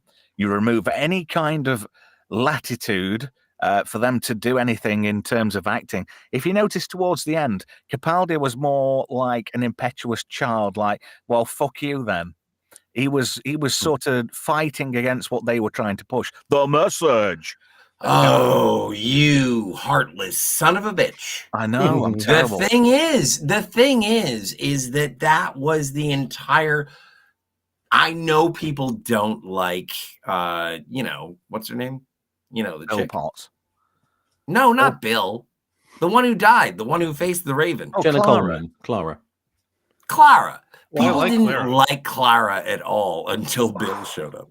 But people didn't like, and the thing is that I enjoyed, like, what is it? With the one where he punches through the wall of diamonds to try and save? Oh, Heaven Sent. That is one of his Oh, best my ever God. episodes. Yeah, I That's like that amazing. episode. I think that's, would stop and talking I haven't about seen Clara. all of it. You guys are way more experts than me. I'm a casual compared to you, but like that is one of those things where it blew my mind, not only as a character, because I was in love with both of those characters, but also as a science fiction story. And it's like, what if you had 1 billion years to get out of a problem? And I'd it still would get kill you moist by every Clara. time. Doesn't Clara just make you moist? Jenna Coleman. Oh, I'm moist is right brilliant. now. I've had to wring my underpants out because I've been moist at points. I'll. Hey, she was a I model in can't her own really- right before she did. I can't. Oh, I tell you something. If my wife, bless her, Okay. said to seriously. me, "You get a free pass. You can bone anybody you want," I think it'd have to be Jenna Coleman. I don't think she'd be too fucking happy about that prospect. Yeah, no, exactly. If But, I were to be married and someone in my wife, who is hypothetical, said, you can fuck anybody you want, I would say Jenna Coleman. And I would walk up to Jenna Coleman and say, you know what my wife said? And then I would be maced. I'd make her watch and all just to be a bastard about it, and I'd go, dear. "She's You better can than deep you. fake things now. She's tight. AI is very popular. Do you know, So there is- just a quickie. Yeah. I said something on the radio today, and I thought I would have got in immense trouble about it, but it actually turned out to give me a gold star on my chart in the office. I played a tune from 1992, and I said, that takes me back to a time when my wife was, when my clothes were slack and my wife was tight. Yeah, No, that's funny. the boss came in and he was pissing himself laughing. And Oh, good. he gave me a gold star on my chart. I've got 7 now so far. He this also year. charged you for violations. No. Oh, good. Yeah, but the thing is, she could have been tight with money. Nothing to do with Yeah. her vulva at all, or any other I don't Swedish know. car she may I've drive. never met your wife. No, you're lucky. Sometimes I wish Oh, I had. no. What? Shut up. Your wife is lovely. I'm trying to be as gentlemanly as possible and failing. Oh, no, don't. It's out of character for you. Would anybody be too? Would anybody be too offended if I got rid of this picture? Cause In the bin. It's gone. We're talking Yeah, about Jenna Coleman being kept as limp as possible with the picture. Yeah, why don't you get a picture of Jenna Coleman? oh no, I Let's might have to disappear objectify for 5 women. minutes. I might have It's to go. the message.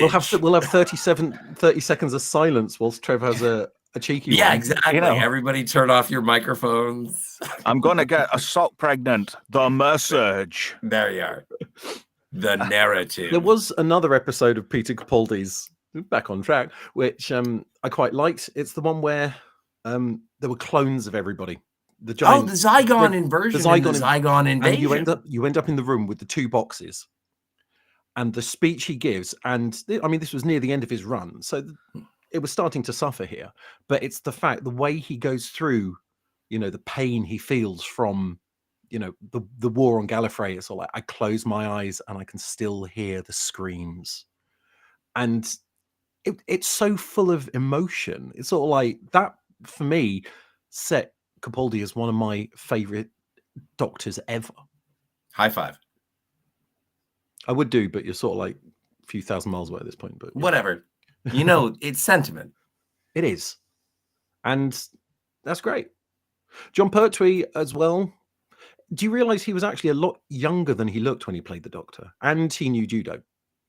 It's just he had a huge mane of white hair, which kind of made him look older. So he was a lot more active than people think he was. And he was Well, he quite was good. the action. He was very good. He was hard as nails, and it was the most.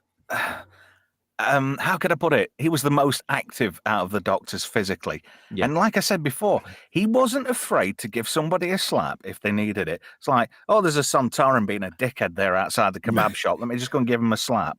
Venusian judo. Oh, you've just reminded me of a joke Mr. Data said once. Oh, but we never hear the end. There was a young lady from Venus whose body was shaped like a data. Mr. Data. That was a bad rehash of a TOS, wasn't it? The Naked Now. Next Generation. Yeah. Yes, it was. Totes it was. But also, let's not forget that Gene Roddenberry was a bit of a hack. Although, I got to give full credit to the actor who played Jim Nakamura in Engineering, who was using icy linear chips like Lego. God! What? Yes. No, I agree with you. He did a great job. Yeah. Apparently, according to Flav, that help desk, Pertwee was 50 when he started his run. Was he? I thought he was younger than that. Yeah, me too. Hey, guess what? Tater's in the place. Hello, Tater. Good evening. Hello, Mr. everybody. Revan. Hello there. Hello. The only other major Doctor Who thing I know, I've met Capaldi. Really? Just sort of like once at a book signing. And he actually did a very good impression of Tom Baker. Did he now? No way. He did. And I have a funny feeling that when he's talking sciencey stuff on the series, if you listen, he goes into a bit of Tom Baker when he's talking all the really sciencey stuff. Because I think it kind of suits the character to go to his past selves. Interesting fact that Andrew Broadbent told me a few weeks back. There's a pub, I think it's down near Nottingham, and Tom Baker's son is the landlord. And apparently, even though he bears a very minimal likeness to his dad, when he talks, he sounds just like Tom Baker. Imagine going into a pub and saying, "Oh, can I have 3 pints of our favorite What kind beverage?" of a pint would you like? And him going, That was "Fuck a off." terrible impression of Tom Baker. I can't do Tom Baker. I'm Canadian. I like that blooper. You know, when he goes, "Sorry, master, I can't compute." And he goes, "You're not any fucking good in an emergency, are you?" Has he seen that blooper? Oh, that was good. That was I love. There's some great ones, especially the one with Mary Tam, the Christmas one, where they sat drinking whiskey out of plastic Dixie cups. I haven't seen it. I know that I've seen the one where Sylvester McCoy just gets really annoyed and just kind of storms off the set halfway through filming. I thought it was a dire Doctor Who. Him and the Candyman killed Doctor Who. The Candyman was a terrible, terrible bad guy. Yeah, fair enough. But The thing is, I like the idea that the Doctor is an underdog, and it was one of those things. Like, we got Davidson to Baker again, and then we get to the guy that I was just talking about. McCoy. Sylvester McCoy. And Yeah. then when he shows up and he's just like McCoy is the same as Troughton. And I think that he's on par with like Capaldi. Like I love that impish, I'm gonna do whatever I want. And if you want to tag along, please feel free. Yeah. I think an actor who plays, because if you think about it, he really is the most omnipotent being in the universe. He's a god. Out of everybody in the universe, he is a literal god. Oh, You I know? would love to see Dr. Hugh fight Q. There'd be no contest. Yeah, Q would win. No, Q's dead anyway, but only in a different timeline. Oh Inhumans no, was you so brought it up, linearly. you son of a bitch. Oh, do you know something? John Delancey, if talk about you make a character your own, and even if he's only ever remembered as Q for the rest of his days, I think it's well worth being typecast in one particular character if you do it to the point that it's sublime, which he did. Well, Trev and panel and chat. Like I asked, not this Christmas past, last Christmas, I asked my sister to buy me the box set of all 3 seasons of Star Trek Picard. And I watched the first season and I was like, all right, I guess. And then I started watching the second season. It has been a year and a bit. And I've been like, I can't even plow through it. And I want to rewatch season 3, but I feel obligated to watch season 2. And I love John Delancey, but I cannot abide season 2. But I've made this promise to myself. And I was just like, you can't watch season 3 until you finish season 2. And it's a turkey of Trek, I'm afraid. A long time. Anyway, so that's my little story. Let's get back to Doctor Who. Yeah, how can you let a show with a legacy that's over 60 years old, how can you drop the ball on it and be proud that you've done it? I think Russell T. Davies has just gone in there and just been an absolute spiteful, horrible gay man and has just been venomous towards the audience. And he's kind of encouraged Scoot to be the same and like think, look, we're better than this because we're a part of the message. They're pushing that narrative. the narrative. Message. How many is that now? Help desk. 22. Nice. 78. Only one more to go, and somebody wins a prize. Oh, no one wins anything, by the way. You do, though. That's the What? thing. What do you win? A lifetime supply of oxygen or a complete set of tennis. Oh, let's get turnips. And just as a quick reminder, sorry about Monday night, guys, but the Spandex is back on for this coming Monday. Spandex, Can't wait. It's a privilege, not a right. Hackers on Monday nights, mayhem, from 10 p.m. GMT, which is 5 p.m. Eastern, because people apparently like me to tell them the time in America. In the colonies. Yes. Out there in the extended regions of the former colony. If you're going to mention another time, you should do it in UTC. If it's good enough for the International Space Station, it's good enough for me. It's yes, as a radio ham, I know UTC very well. I am a radio Zulu ham. time. Are you? The Universal Time Code. Are you a ham, Scotty? No, I'm. Oh. Well, yes, I am. Not that kind of ham. I meant like radio ham. Well, I'm. I overact and expound. Yeah, emotionally. I thought it might have been that kind of ham. Yeah. Did you think, just going off on a tangent here, because you mentioned Q, do you think, even though Star Trek Picard Season 3 was essentially new Trek, now there's been a dynamic shift within Paramount, and now there's this sale, and that Kurtzman is completely out of the picture, apparently. He's been given the push from anything Really? Star Trek now. Yes, apparently so. Right. I don't know how true it is. I'm taking... Take it with a grain of salt. Hello, my darling. Pinch. Hello, my baby. I'm not getting at anybody Pinch in of particular. salt. Yeah.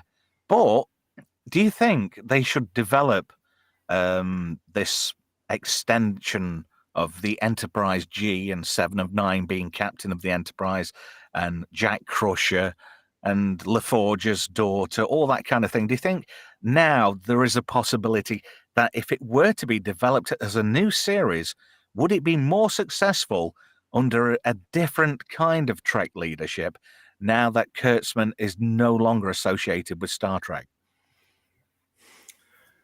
That's a Yeah, tough one. if Kurtzman's out of the picture, at least you have a chance. I mean, Terry Metalis didn't do a bad job with season 3 of Picard. True. Yeah, but less member I berries. agree. That season Well, no, 3 I'm just saying. relied too heavily on member berries. That was its only. That was its only downfall. You know what? I refuse to accept that, because when you are talking But it is about true. what?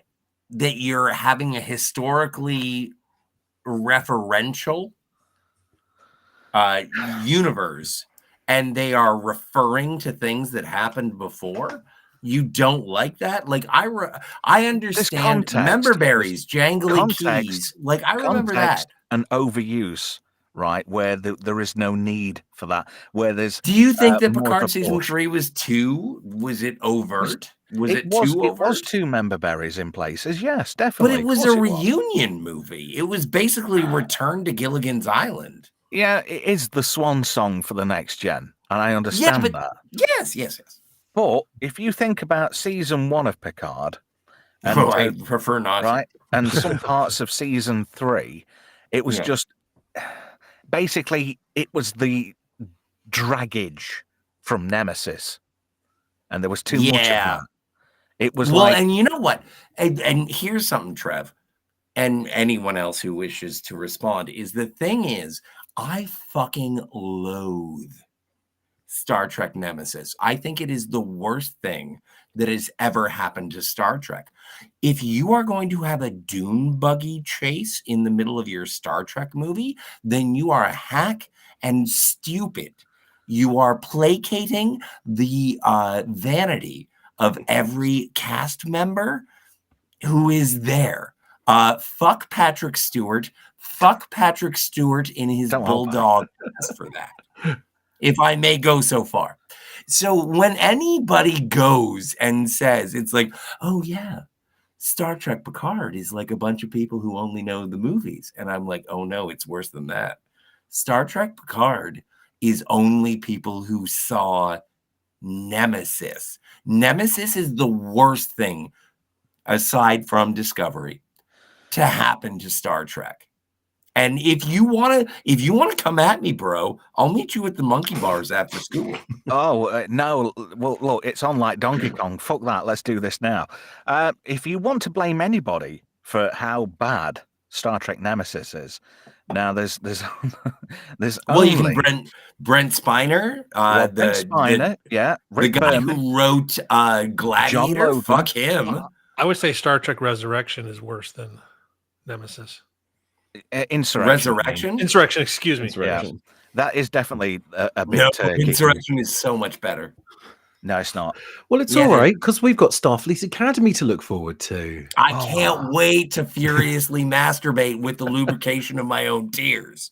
Oh God! Please state all kids the nature of the medical emergency. I've just hung myself. Right, you're right. I'm sorry. I should withdraw such a statement. Anyway, back to the blame for Nemesis. You've only got 4 people to blame for that: Brent Spiner, Rick Berman, John Logan, and Stuart Baird.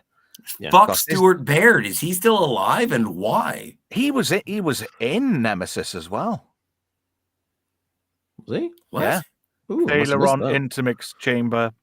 He was the voice of the computer on board the Scimitar. And he is an Academy Award winning for what? Editor. Bad movies. He should have many good movies. No, he's an accomplished filmmaker. Look, you know, he might he have just done, sucks at Star Trek. He just didn't have a clue. I don't think he understood the material. He just thought this is another gig. You think? Yeah, no shit. But I just think he thought this is just a gig. Bang on. I'll take the money and run. And it didn't work out. No. And Tom Hardy was fucking heartbroken by this movie.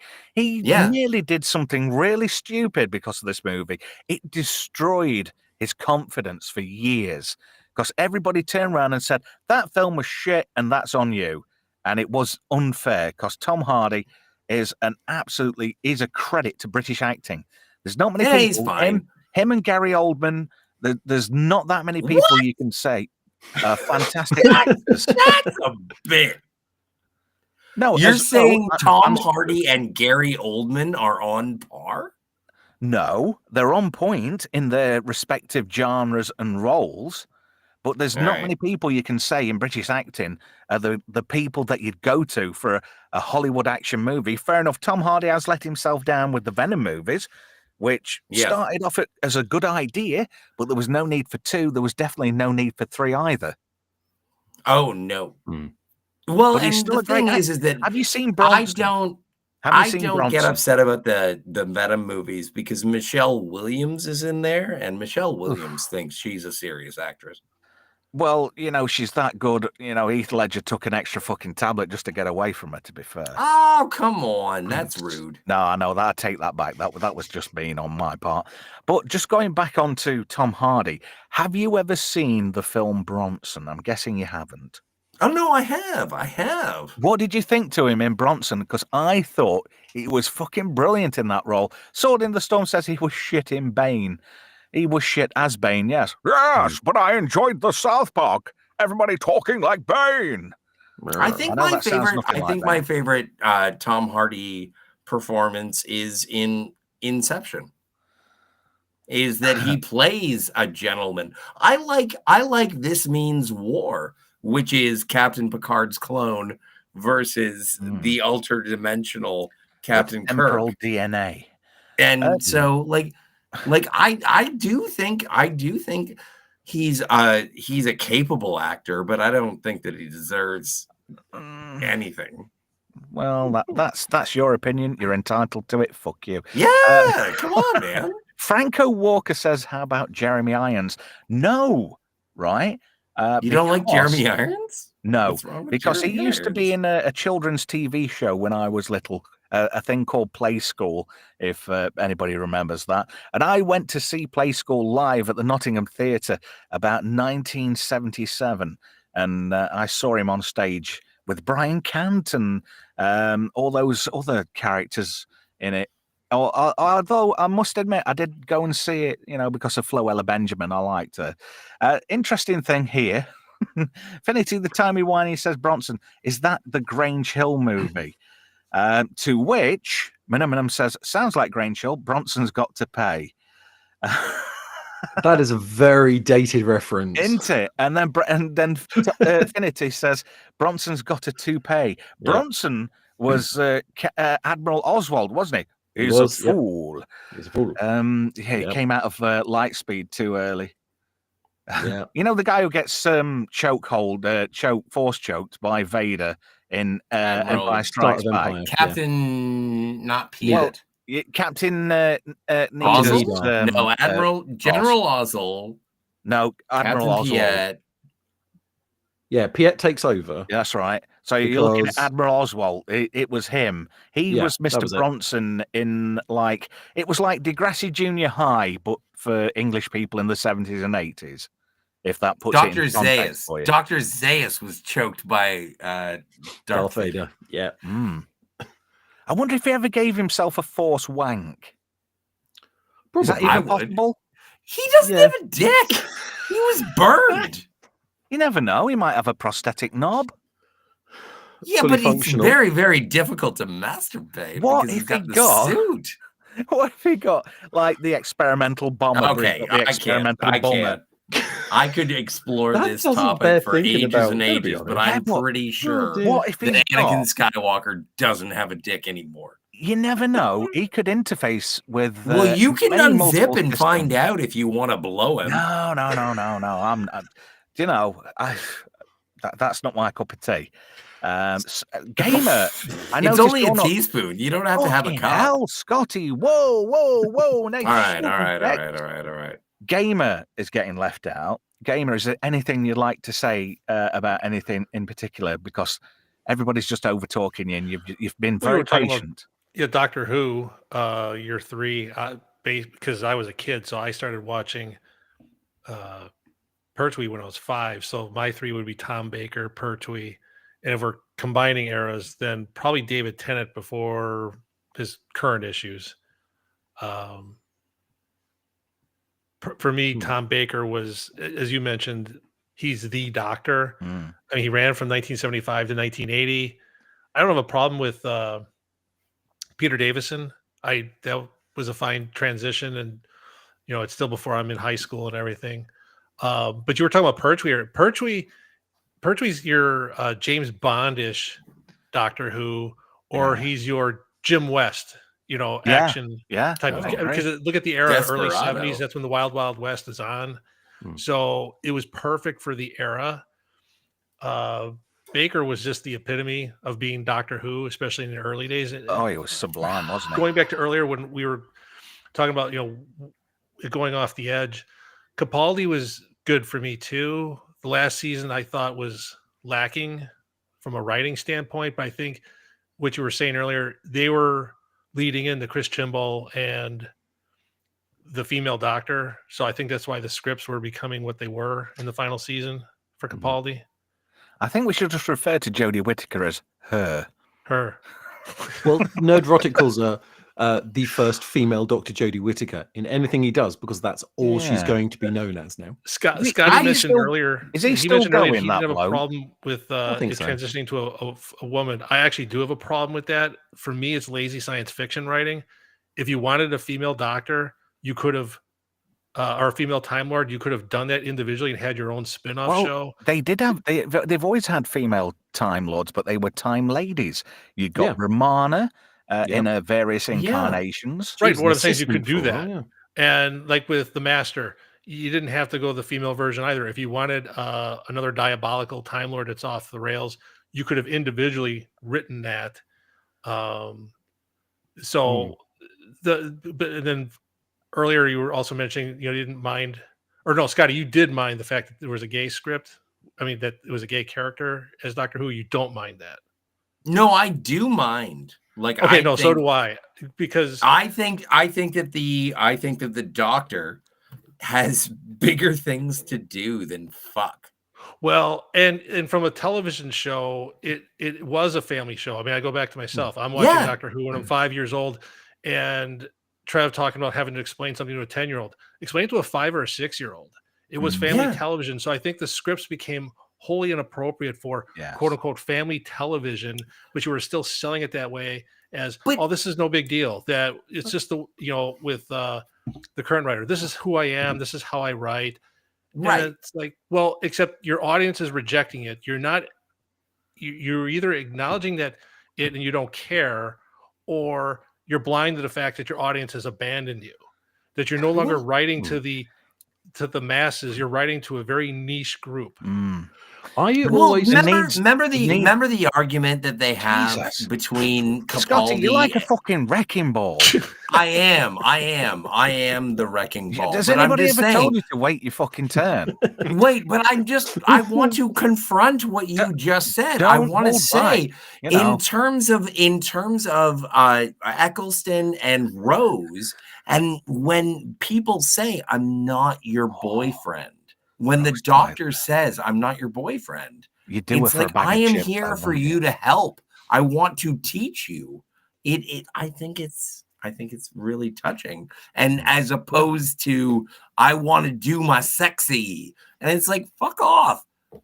No, exactly. You're not sexy. You're Kids supposed to be don't- a teacher Children from the sh- beginning. Children should not be put in a position where you have to explain the whole dynamics of adult sexual wants and needs, whether it be through a TV show or otherwise. And I think- Kids yeah. should be allowed to be as fucking innocent as possible for as long as possible, because the world is a fucking shitty and nasty place, and there's a lot of fucking weirdos out there what want to take advantage of shit like that. not all of Yeah. them watch the streams as And, well. and Captain Jack, No, no. he's either bisexual I or say he's gay. Death But his to- show was, death to all Torchwood turbo was on nonsense. Showtime, so you could get away with that. Whenever I watch Doctor Who, I always, how can I define it? I always saw him as being asexual, as in no particular attraction to anyone or anything. It was just sort of like he'd been around for long enough to not actually give a shit. Right. So the first kiss Doctor Who had was in the 90s movie with Paul McGann. That's Yeah, the first true. time the Doctor kissed anyone. when he kissed Grace. Exactly. Yeah. And that was pretty much just a kiss. And then Yeah. Eccleston, I don't think did he kiss Rose at all? I can't remember now. I don't think might- so. Might I have don't given her a think so. cheeky peck And on then- the cheek or something. And then that's Yeah, about as cheek, far as- forehead, and then- whatever. Yeah, and then Tennant did, but I think that was the Doctor split. So it was the second split one who ended Doctor, up in yeah. Bad Wolf Bay. Yep. And then River Song and Matt Smith, and then there was tons of snogging, and yeah, but I never saw the Doctor as actually having any sort of need for it. He came from a race that was effectively immortal. That procreation was probably not high on the list of things to do. And Well, it wasn't overt and in your face either. Yeah. You've missed a And I plot don't want point to there. fall in love with Nope. someone who's going to die in 80 years. Yeah, you're going. Yeah, 'Cause you're, I'm you're immortal. 900 years old, and you spend 20, 30 years with someone before they pass away. Well, That's- And according I to don't new want that canon, pain. according to new canon, the Doctor isn't from Gallifrey or a Time Lord because of the Timeless Child. That whole episode, which should be Yeah. I've never retconned, seen it. really. You'd not. It's- You'd yeah. be fucking angry watching it. Yep. To be fair. Yeah, Because it Well, then I takes won't everything watch about it. Doctor Who. I mean, Doctor Who, who, they call him the Doctor is. because he wants to make everyone better. And that line Welcome in to the movie, the Owl podcast. the Doctor's half human. That never went anywhere either, did it? No. No. I want. Oh God, what was it? I heard someone talking about how could you reset it, and you could. They just said the easiest thing to do is you go back to Capaldi with someone taking one of those dream crabs off his face and saying, "God, Doctor, we thought we lost you for a second there. Are you all right?" It's like, wow, I had a weird dream where I was a woman, then a black man.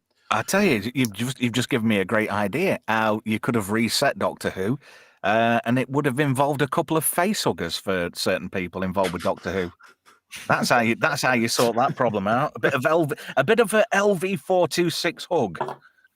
But I yeah, am completely unqualified to talk about how to fix Doctor Who. Obviously, new writers. how I don't know about- who they are. How But about what I say fucking is that you writers who throw have got in- morals? You need You writing, throw a in writing Brian staff Cox, that need morals. You need or writers you with throw morals. in what's the name of Does the he lady? put us all on who- mute and just carry on? Is that how you do Well, it? no, I'm explaining.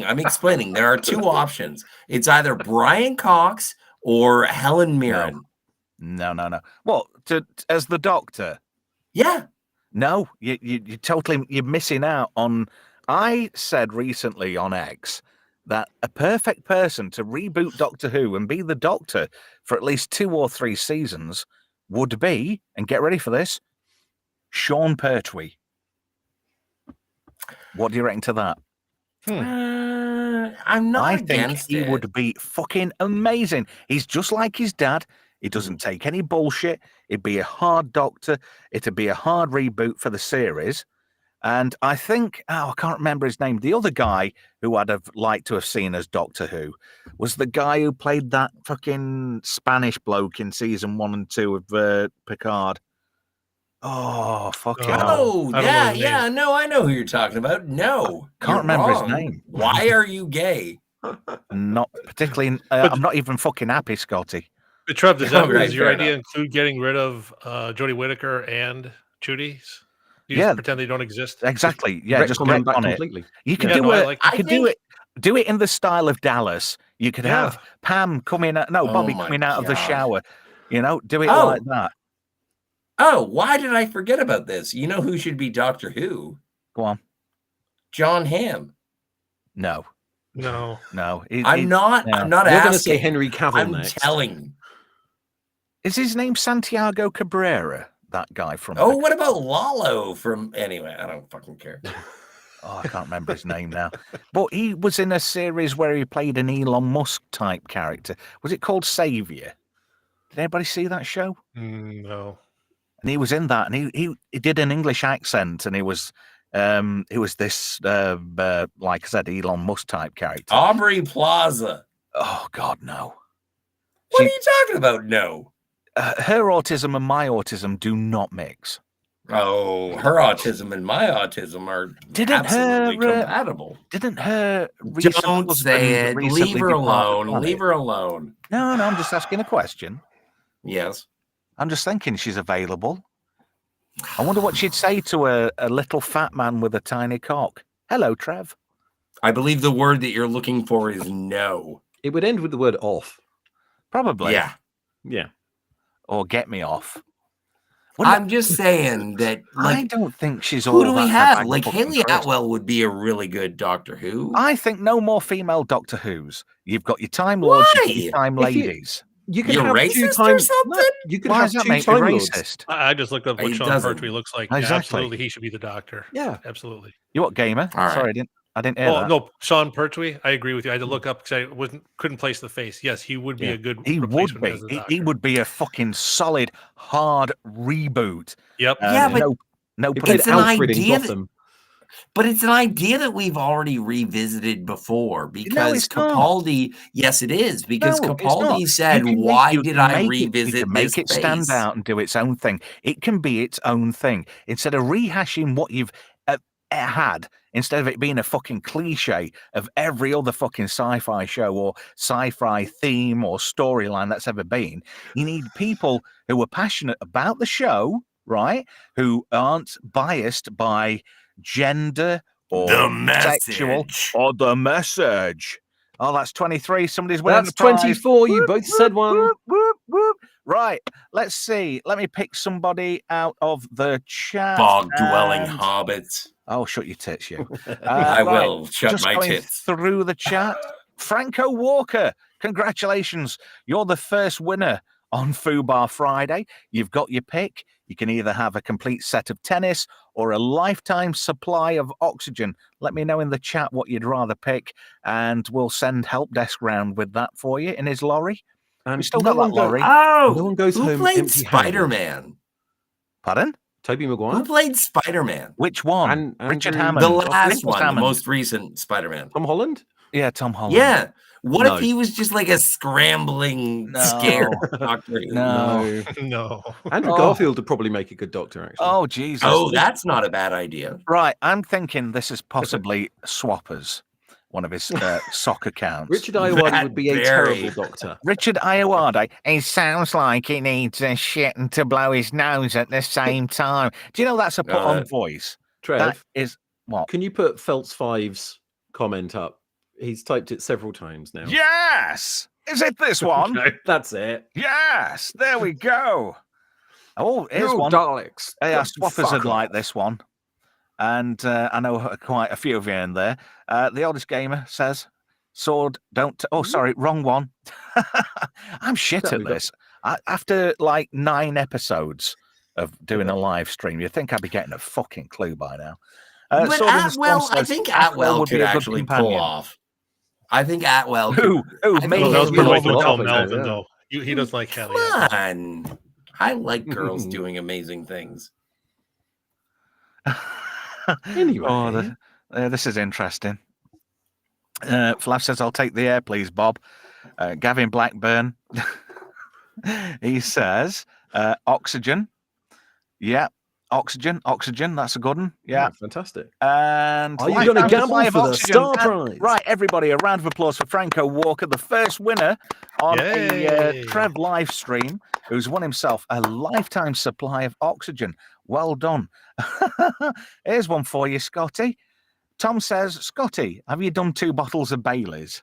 2? That's a lot. Wow.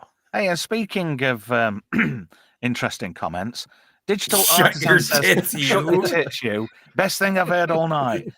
You're welcome. Oh, Feltz 5.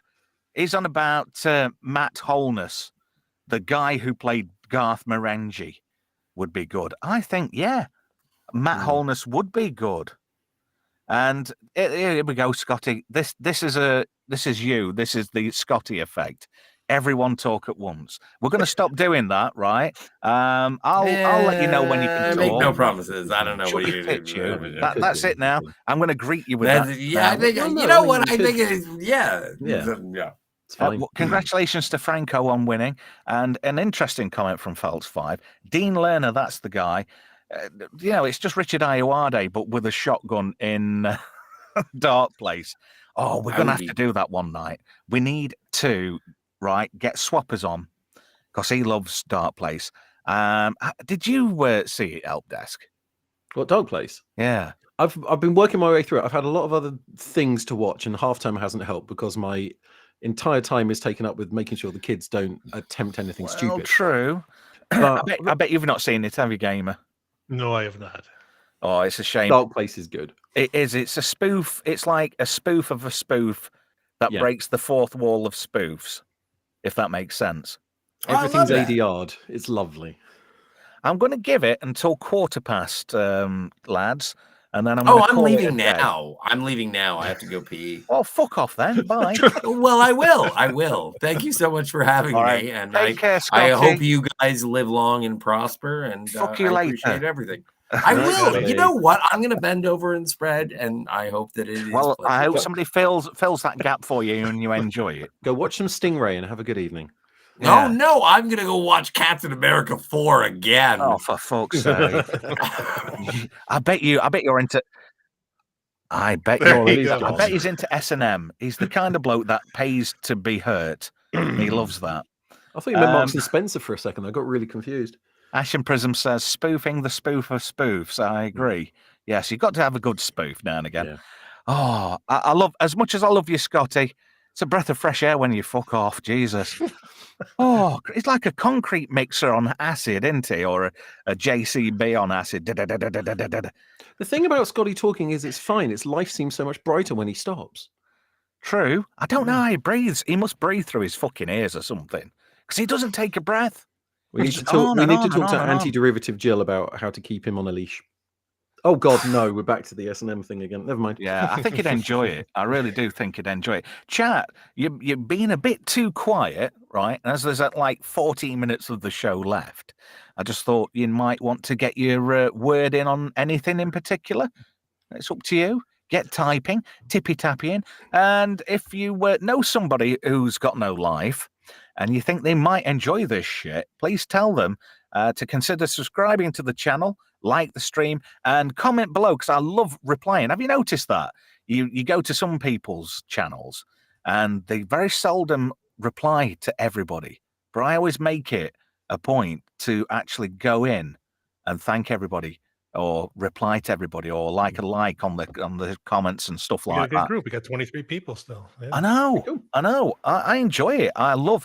Do you know, that's the one thing I love most out of doing this, is just connecting with people who think the same shit. You know, we're all people with a similar mindset and an outlook, and we all enjoy the same kind of things, which I think is great. Like I said before, I'm going to read the blurb on the screen. Be really stoked if you consider subscribing to the channel. We're at 148. I'm not letting it go to me head, Pete. Don't worry. But it'd be nice to get to 150. It'd be nice, ideally, to get to 5K before anybody else we know. That'd be quite interesting. I'd like 1,000. Could we get, Yeah. Oh, you're streaming with Tater later, aren't you? What do you want to give us a plug for that? Tater, repost the link, please, because it's a million miles up. If you want to. 8:30 tonight. Well, that's my time, Eastern. We will be talking about Godzilla -1. Ah. Phelps5 says, "Cool, it's Sanchez, or you'll get a knuckle sandwich." That's a classic line. Cool it, Sanchez, or you'll get a knuckle sandwich. I love. Take it easy, Dag. Trev, have you seen the stills from the new He-Man movie? I have, and it looks fucking really disappointing. It's all taking place on Earth, from everything I've heard. What? Yes. How? Why? No, just that worked so well for Dolph Lundgren, didn't it? Felts, if you message me on X or somewhere, I'll give you that information. Dear. I don't like controversial things in the chat, and I'm not even touching that.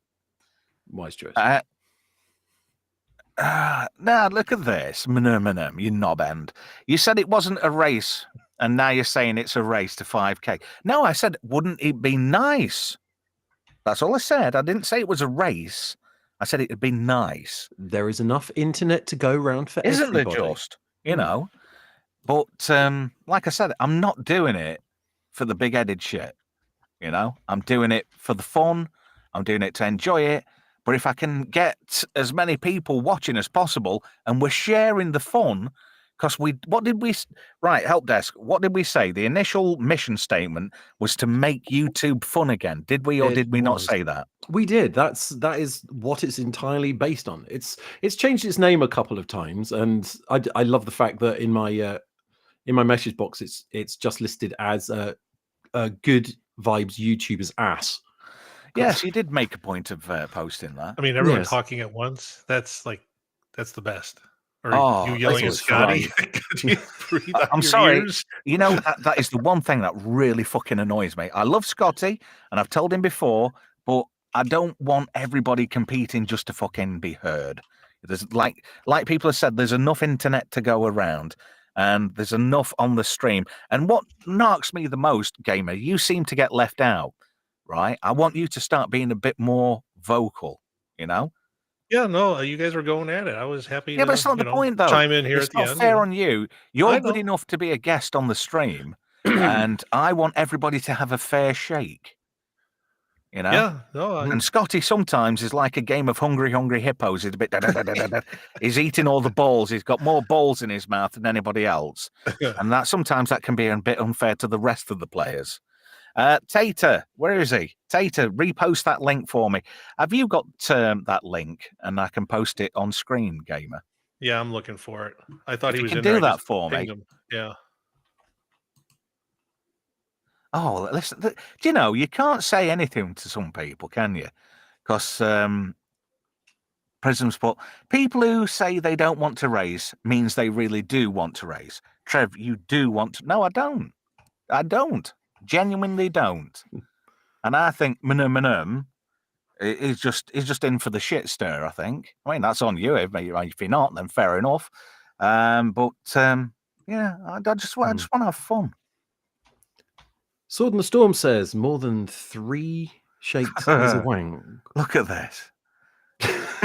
Gamer trying to talk and Trev talks all over him. It's the Scotty effect. To be fair, 3 shakes being a wank. Did you hear that there is actually now research that says that to reduce the risk of prostate cancer, you now have to do that more than 21 times a month? Jesus. I don't know about you, but I filled in my quota for March already. So, how do I get that on the screen? No, that's not doing it.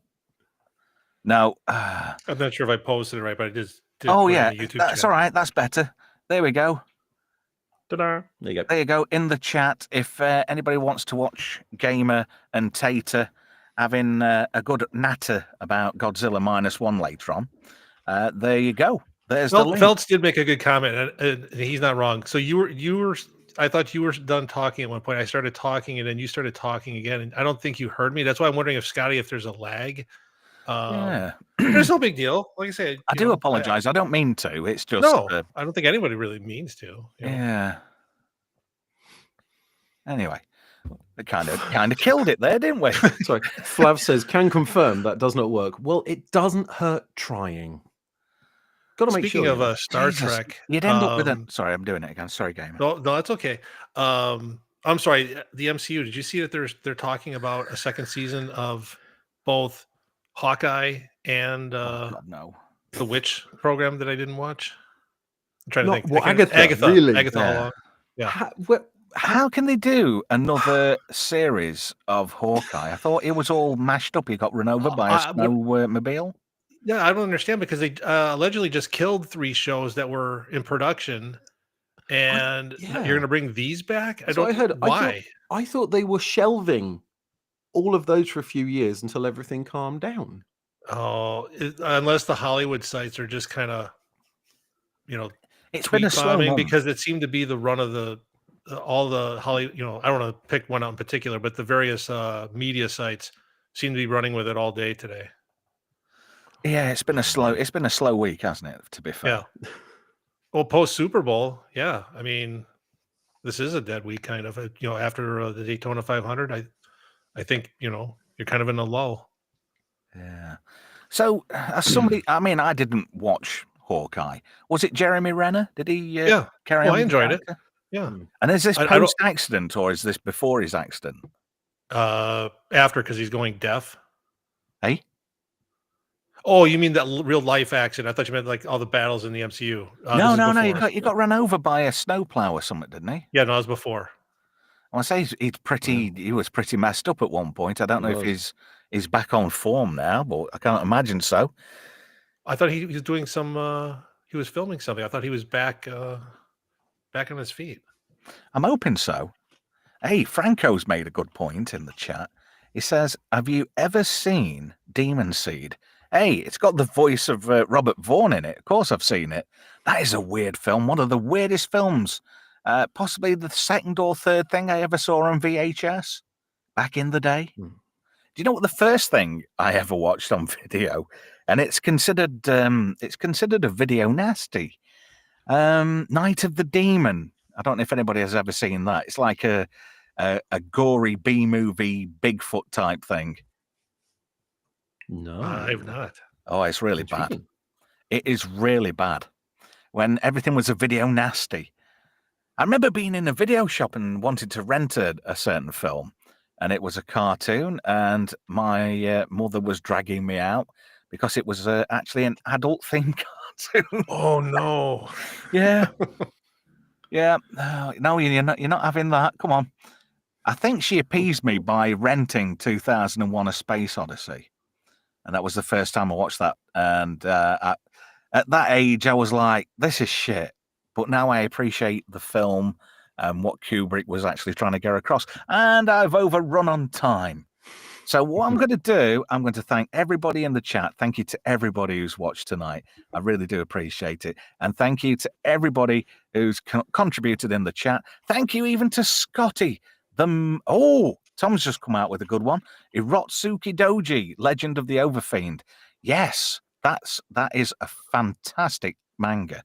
I've also seen, is it Legend of the Demon Womb after that? Can't remember. But that was a great anime back in the day. I want to say thank you to Gamer for joining us this evening. Thank you for your contribution, sir. Yes, it was Fritz the Cat, I think, Sword in the Storm. Thank you, Help Desk. Hey, it's been fun. We did finish on 24, so only the one winner this evening. But thanks for playing, everyone. Yeah, that's not bad. And I've already said thank you to everybody in the chat. Even thank you to our very favourite Canadian motormouth, Scotty. Jesus. How many? He must not breathe. How can anybody just function and be totally hypoxic? Thank you to Brian as well, who's in there. And thank you once again to everybody who's joined us. And I've really enjoyed it tonight. Don't forget, let me try and get in this panel thing here, because I want to give this a plug before we go. On Monday Night Mayhem, this coming week, we're going to do Hackers, which we were going to do last week, but something cropped up. And as Matthew Lillard says in the movie, spandex, it's a privilege, not a right. I like that. It's a great film. And I almost, when I log back into here, oh, somebody's coming downstairs. When I logged back into here and I thought, I've got all these slideshows and presentations. I almost deleted them, not thinking they were already uploaded from Monday. And I'm like, derp. So thank you, panel. Thank you, chat. Thank you for joining me. And take care. Look after yourself. Enjoy your weekend.